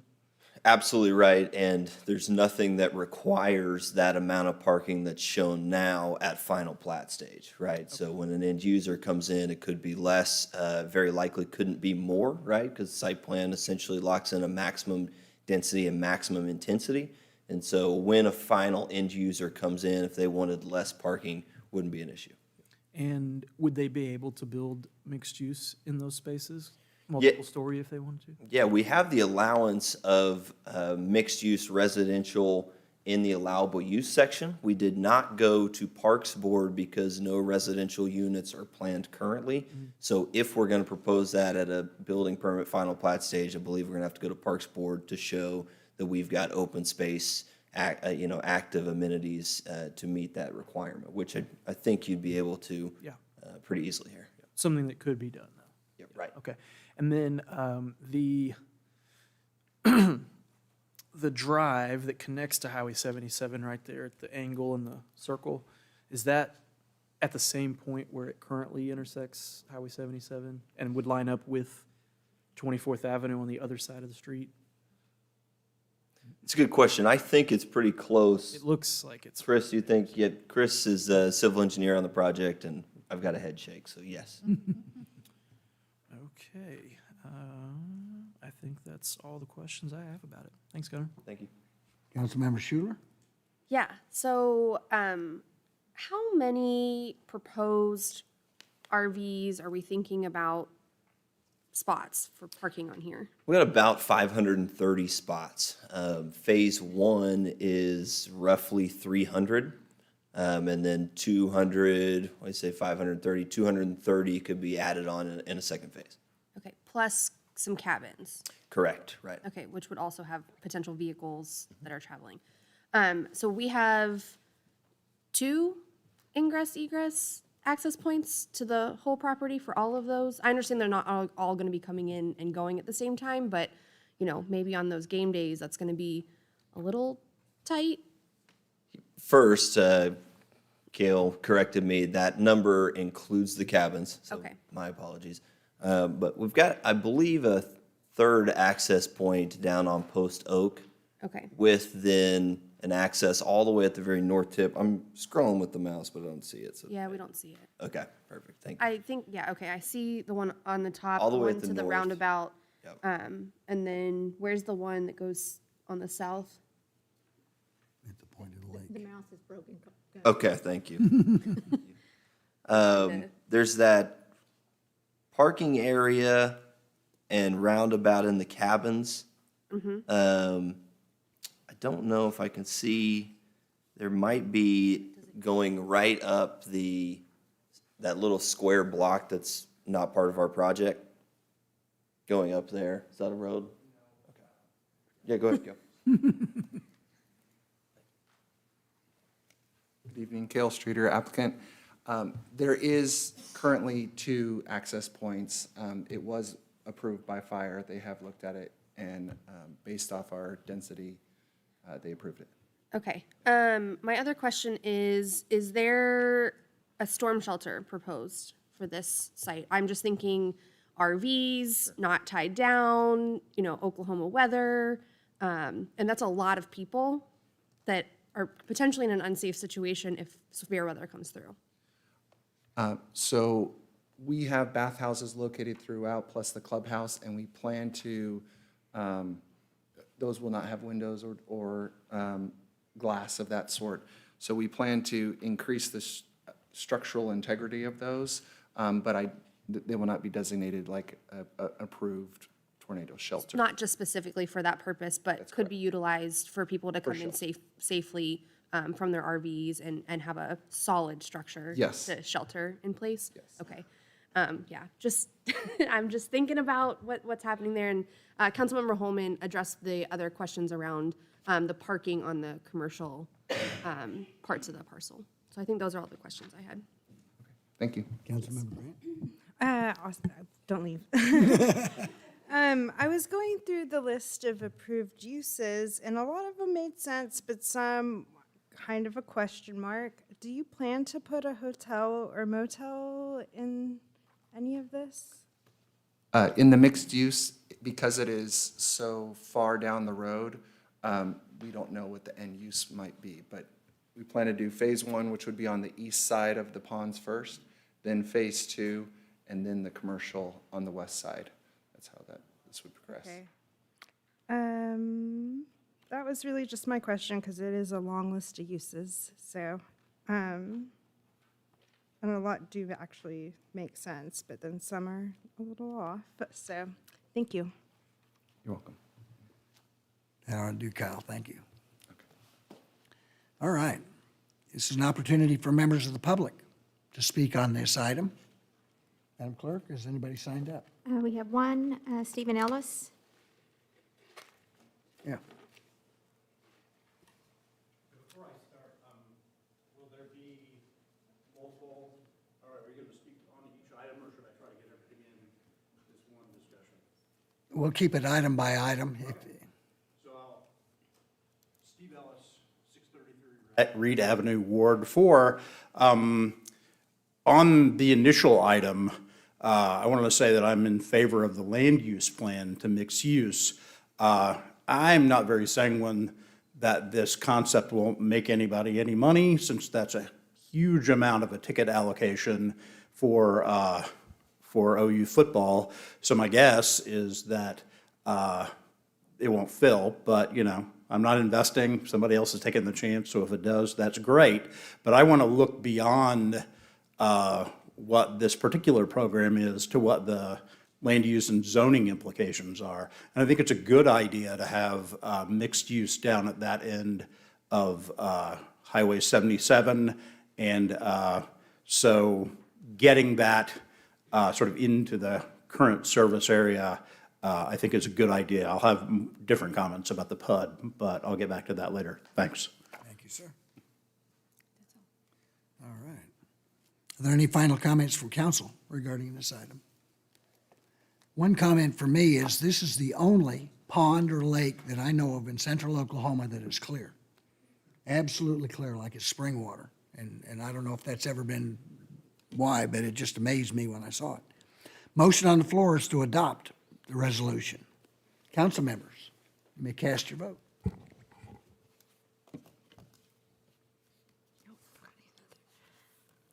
All votes have been cast, and the motion to adopt the resolution passes by a vote of 8-0 with Councilmember Peacock abstaining.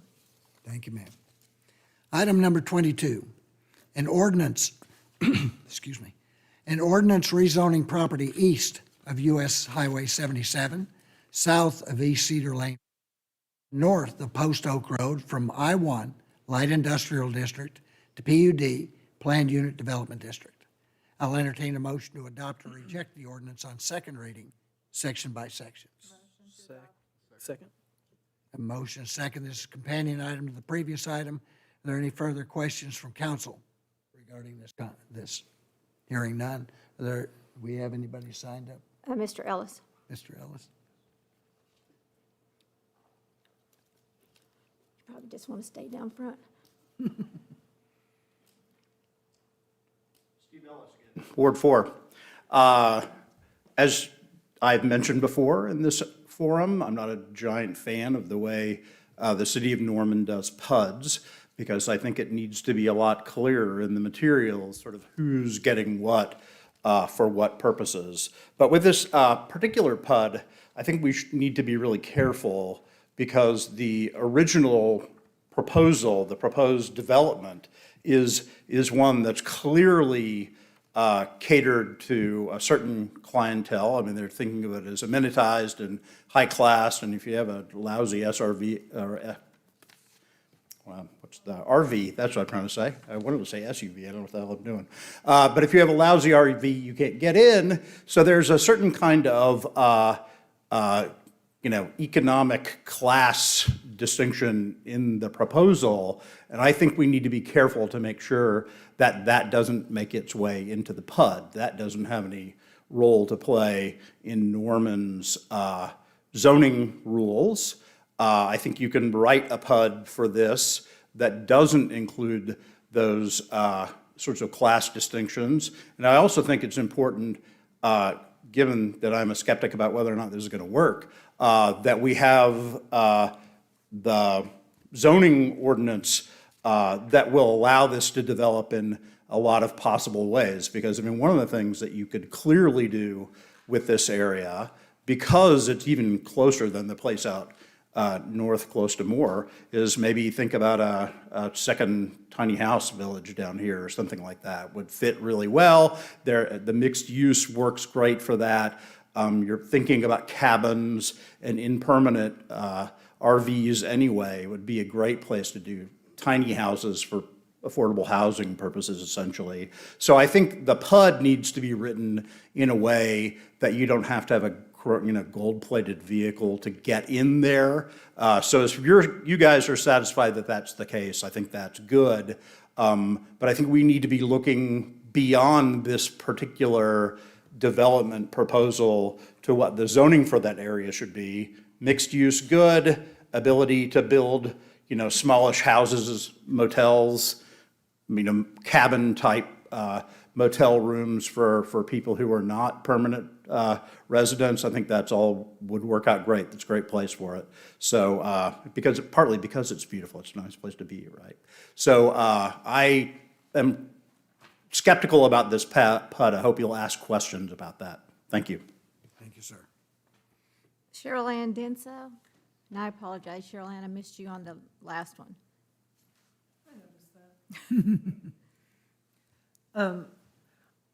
I want to reiterate what Stephen had said.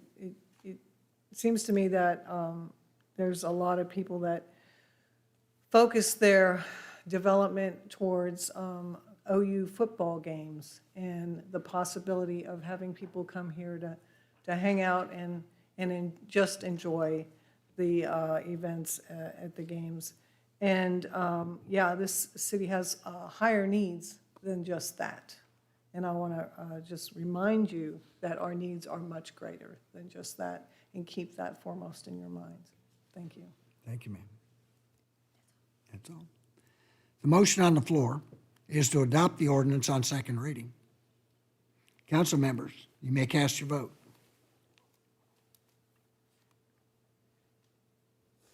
All votes have been cast, and the motion to adopt the ordinance upon second reading passes by a vote of 8-0, with Councilmember Peacock abstaining. Thank you, ma'am. I'll entertain a motion to adopt or reject the ordinance on final reading. Motion to adopt. Second. Have a motion and second. Motion on the floor is to adopt the ordinance on final reading. Cast your vote.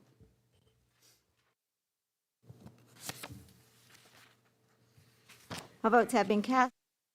The ordinance upon final reading passes by a vote of 8-0, with Councilmember Peacock abstaining. Thank you, ma'am.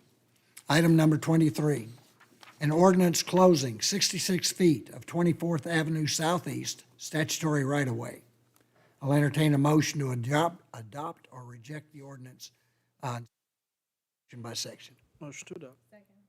A motion and second, this companion item to the previous two items. Any further questions from council? When are you expecting to start the project, and when is the estimated completion date?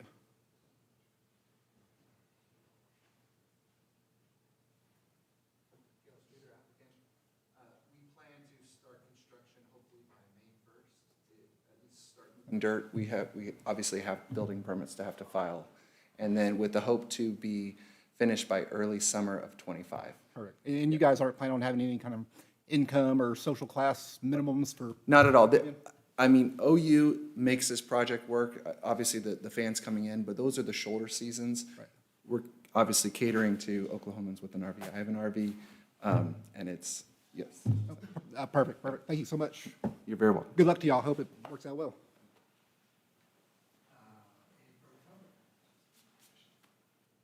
Stephen Ellis?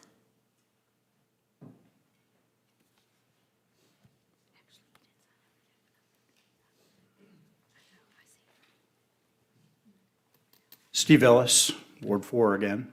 As I understood the proposal, the portion that's going to start being built, the first two phases, as a matter of fact, don't require movement of the road. And I wonder why the city is authorizing the moving of the road well before we get to the third phase of this proposal. I think it would be prudent to wait to see if the parts that are going on now are going to make. So I want to suggest that you guys postpone this until it becomes relevant. Thanks. Cheryl Ann?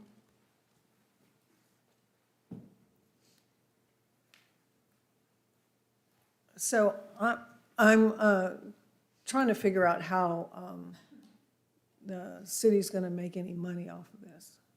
You know, when you put in a hotel, we get hospitality tax off of that. So what kind of taxes are we going to get off of RVs? You know, this is kind of a hospitality plot. So my question is, how do we gain anything besides a lot of traffic?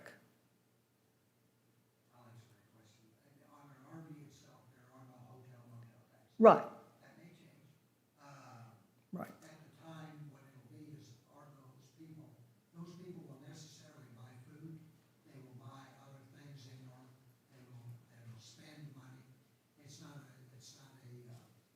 a proposal for the city to make money, it's a proposal to get the land done. Okay, well, those are the kinds of things that we think about when we rezone property in Norman, how it can benefit the city. Okay, and so, having spaces that attract people, but where there's no direct, hospitality. And I would assume that the hotels in town might have a problem with this, because they do have to pay. Thank you. Thank you, ma'am. Councilmember Schuler? Yeah, a question regarding the timing of having to close this. My assumption would be that since we are platting it and we have a site plan, that if they are drawing new streets, then this is something that we have to do at this time. We cannot wait until, I'm looking at city staff. I think maybe Scott or Jane to answer this. On the timing of the road closure and rerouting. Yeah, you are correct. So they have a site plan, and without this vacation, the site plan can't be done, so it wouldn't be a valid site plan. So they aren't necessarily saying they're going to vacate and do that work today. What they're saying is that this is part of the plan. When we get to that section and that final plat, all that work will be completed at that time, along with that final plat. Right, so we're not changing this road until any of that comes to further fruition. That's correct. Okay. And then I would just like to ask a question of the city clerk. When we have public comment, are we supposed to be answering questions back? Like, is that allowable under Robert's rules? Or do we have to ask the question as council to staff or to the applicant? Any item that's on the agenda can be discussed.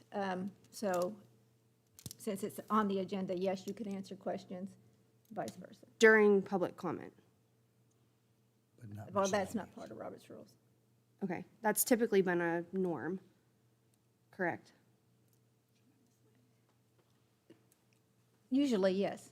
That we don't answer questions directly from the podium from residents. I'm just trying to understand, because I feel like we've been told that in the past, and that has been different recently. What you have been told in the past is you can't answer questions or have comments under miscellaneous discussion because those items and topics are not listed on the agenda. Anything that's listed on the agenda, you have the right to make comments on or answer questions on, or, there's nothing against Robert's rules there. If it's more of a policy of procedure, then, that's up to council to set that, but, Okay, no, she was the last Pogola speaker. Sure, no, I'm just trying to ask, because then there was, like, how are we regulating, like, the amount of time that the public has then? If, like, we answer a question, like, do you stop the timer? Because I want to make sure that, like, the public still gets their full 3 minutes. Yes, ma'am. Okay. Stop the timer and restart it when they Okay. start talking again. Perfect, thank you. You're welcome. Councilmember Foreman? My question was about the timing, so it's been answered. Councilmember Holman? Okay, so I think that was a good question, even though it's about the vacation, but the question about the hotel motel tax I find interesting. It seems like a little gray area that it is sort of a hotel, as in it's a short-term rental. So would the facility itself remit a hotel motel tax, or does it not qualify for that, or? Excuse me, the RV spaces would not qualify. The way the tax is worded, it is a tax on occupancy of rooms in a hotel. And so when you go and look at the definition of room and the definition of hotel, that's where you are renting out accommodation. So if you are renting out RVs for people to stay in, that would qualify. But if you're renting out a parking space for an RV to park in, that would not qualify. Okay, but Airbnbs do remit They hotel do, motel they do, tax, because you're even though renting. it's not a hotel. You're renting rooms or you're renting the whole house. Okay, but renting a space does not. Okay, right. That's interesting. Okay, that was a good question. I'm glad it was asked. And then maybe for Gunner, I think the other part of this development, the part facing Classen, it's mixed use, so it could be residential, but I envision there's probably a lot of commercial. I don't know that we need any more fast food in that area, but I'll leave that up to the free market to decide. But I assume there will probably be things like that that would maybe cater, maybe not cater to them, but businesses may want to open in that area if this RV park is successful.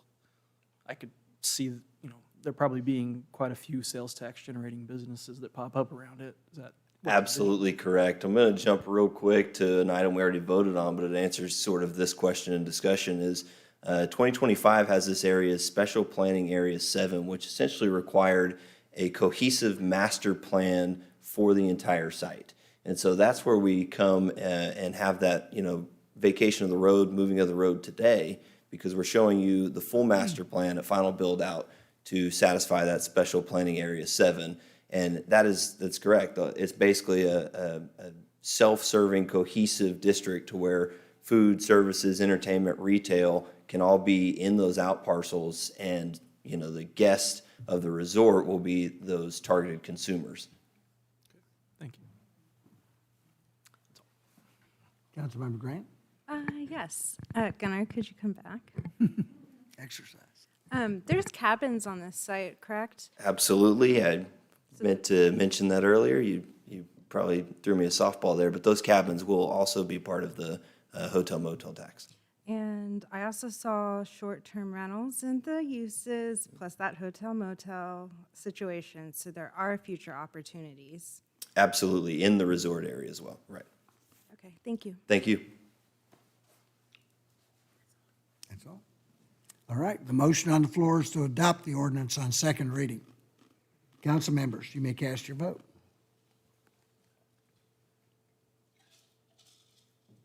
All votes have been cast. The ordinance upon second reading passes by a vote of 8-0 with Councilmember Peacock abstaining. Thank you, ma'am. I'll entertain a motion to adopt or reject the ordinance on final reading. Is there a second? Second. Did I get it? First. Okay. Second. You're the first. I got ahead of myself. Now we got a second. I'm jumping the gun, trying to get out. The motion on the floor is to adopt the ordinance on final reading. Council members, you may cast your votes.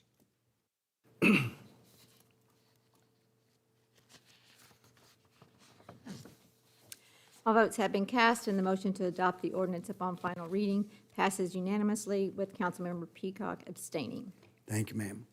Item number 24, a preliminary plat for Liberty Point Addition, a planned unit development generally located east of Classen Boulevard, 1/2 mile south of Cedar Lane Road and north of Post Oak Road.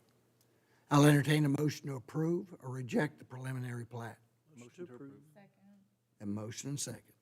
This is a companion item to the previous three items. Are there any further questions from council regarding this item? Hearing none. Any? We have Stephen Ellis. Actually, you didn't sign up for the last one. You signed up for this one. I kind of got that out of order. Since you already did, yeah, we'll do that. Cheryl Ann. Okay. Motion on the floor is to approve the preliminary plat. Council members, you may cast your votes.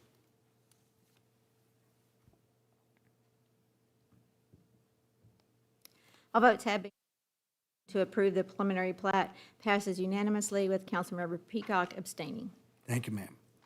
Item number 25, a contract between the Norman Utilities Authority and Wiggins Properties authorizing collection of a monthly lift station fee from developed lots in the Liberty Point development for the operation, maintenance, and replacement of the Post Oak lift station. I'll entertain a motion to approve or reject the contract. Motion to approve. Second. Have a motion and second. This is a companion item to the previous four items. Are there any further questions from council regarding this item? Seeing none. Any public? Stephen Ellis.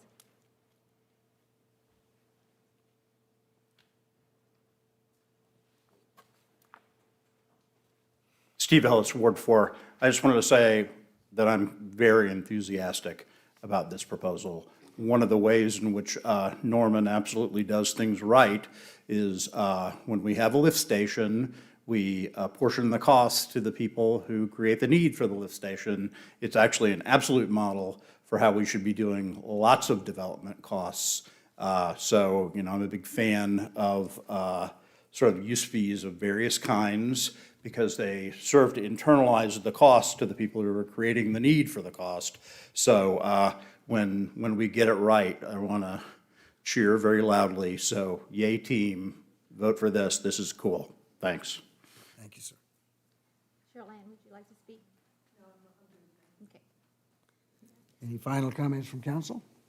Hearing none. The motion on the floor is to approve the contract. Council members, you may cast your vote.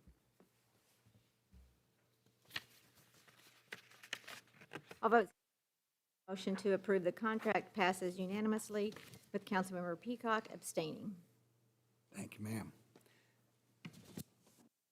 Miscellaneous comments. This is an opportunity for citizens to address City Council.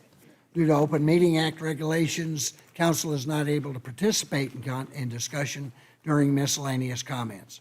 Remarks should be directed to council as a whole and limited to 3 minutes or less. Madam Clerk, do we have anybody signed up? Start with Richard Baxter. I don't see him. Okay. Stephen Ellis.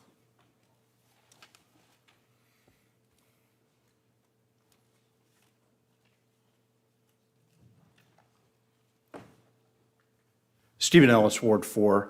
I sent the council an email just informing you what I learned about the pending destruction of a homeless encampment down by the river just to the east of the I-35 bridge. This is actually a site that's sort of infamous in Norman history because it's the place where Sherwood Construction dumped all the construction debris that came off the bridge when they rebuilt the bridge in the last decade or so. So we're talking a site that I think the city is still monitoring for pollution potential. The last bit of newspaper information I could find out about that came in 2018. So I don't know whether they're supposed to drill a bunch of wells to make sure that it isn't actually sort of polluting the Canadian River. But I contacted the police department and city attorney's office on Tuesday, or I guess Monday, and it turns out that they've postponed in order to make it more convenient for the property owner, the destruction of this encampment until 11 a.m. tomorrow. So this is going to be an all-day event. So I want to invite all the city council members out to come see what it looks like when people who have no place to go are evicted from their current abodes to basically into space because they still have no place to go right now. The concerns that I've heard about this encampment are largely aesthetic, which is kind of funny since it's on a landfill. But I do think it's important for everyone who's involved in the process to see how the tools that we currently use actually end up just being mechanisms for punishing people who really have no alternative to do what it is that they're doing. So come out. I'm sure there will be lots of people trying to scramble to get their worldly goods, such as they are, off that property because what's going to happen is everything's going to get thrown away if they leave anything there because people think it's trash, even though it's their abode. So, come have a look, see how this system that we have right now grinds down actual human beings, and maybe that will provide people with the motive that they need to try to really work really hard to find some alternative to this sort of playing whack-a-mole with people's lives by just chasing them around.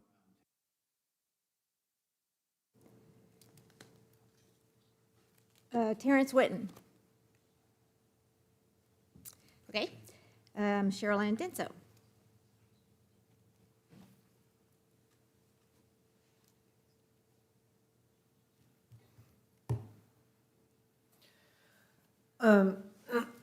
Different subject. The Oak at 5101 North Pennsylvania Avenue is being developed by Ryan McNeil and Everett Dobson and is set to open later this year.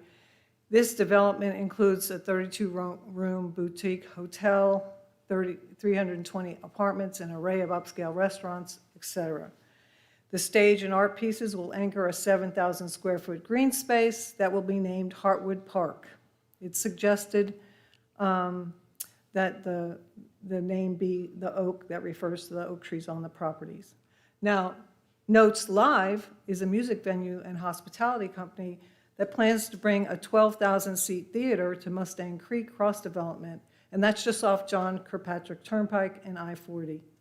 Notes Live hopes to break ground in early '24 and have the amphitheater open in time for the summer of '25. Brand new Coliseum is underway at the State Fair Park. It's half done, and that's roughly going to seat 5,000 to 8,000, depending on how they configure each event. This modern Coliseum, it's going to be very high-tech, and it's going to house just about any kind of event that could possibly be housed in Oklahoma City, with lounge suites, full-service restaurants, etc. The construction of the Coliseum began in January of '23, and it'll be done by about April of '25. And the current Jim Norick Arena is still open during this construction, and lots of events are happening right now. Most of the Coliseum's construction will be funded by voter-approved MAPS 4 measures with $63 million, and another $23 million will come from the Oklahoma City hotel tax revenue. It's earmarked just for the fairgrounds improvements. Paycom Center on Reno in Oklahoma City and conveniently downtown is in the process of being redone. The state-of-art venue was completed in 2002 with $89 million. And there's no plans to demolish that building to date. It may be repurposed and used for another event center. There's numerous other event centers in Oklahoma City metro area, and that can seat anywhere from 1,500 to 2,500 different events, or seats, basically. Like Hudeberg Event Center has 1,500, and the Civic Center Music Hall has about 2,500.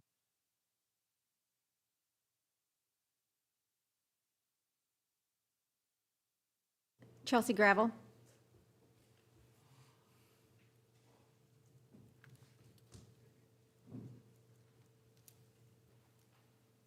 Good evening, Council. I'm Chelsea Gravel, Ward 4. Thank you for being here tonight to listen to us. I would like to talk to you guys about council tonight. I would like to talk about Norman, Oklahoma. We have several measures in place to prevent city councilors from monopolizing their position and ensure fairness in hearing our citizens. This includes term limits. Norman has a term limit for city councilors, which prevents them from holding the same office for more than 3 consecutive terms. This ensures new voices and perspectives can have a chance to be heard. However, there was clear knowledge in 2022, whenever this was discussed, for council to be able to be held accountable, that there would be no way to hold council accountable if they broke any of their own rules that they gave themselves. This isn't a public meeting that was held online. Another topic of conversation would be shortening our meetings so that way that they never run to 2 a.m. or midnight, as most of us have to get up the next day. Creating a time limit that allows citizens to talk up until a particular time, maybe an hour before we would be done for the evening, and postponing any other topics of discussion for another time, so all citizens can be involved. Moving meetings back like this one, so citizens cannot be involved who are at work at 5 p.m., That is shameful for our community and very much against an Open Records Act. Makes everyone up here look like they're hiding something. Citizens don't appreciate that. Thank you for your time. Carlinda?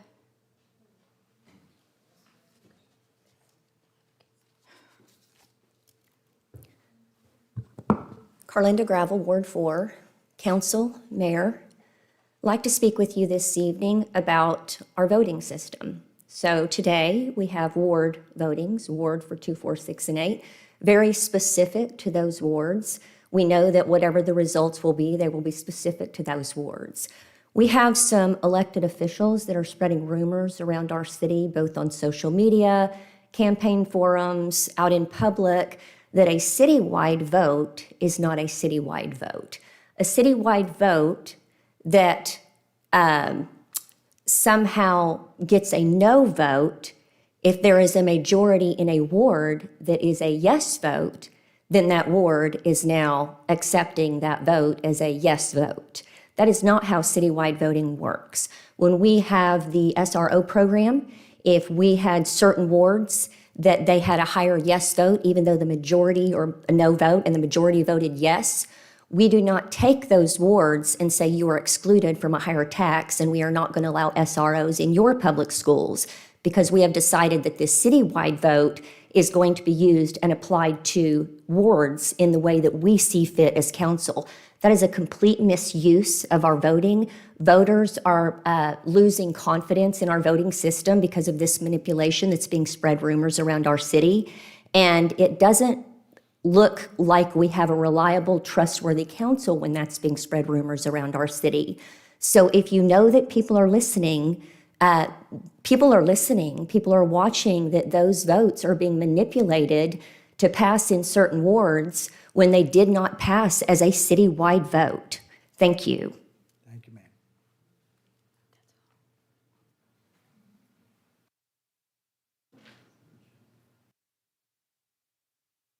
Ready? Council, we are adjourned.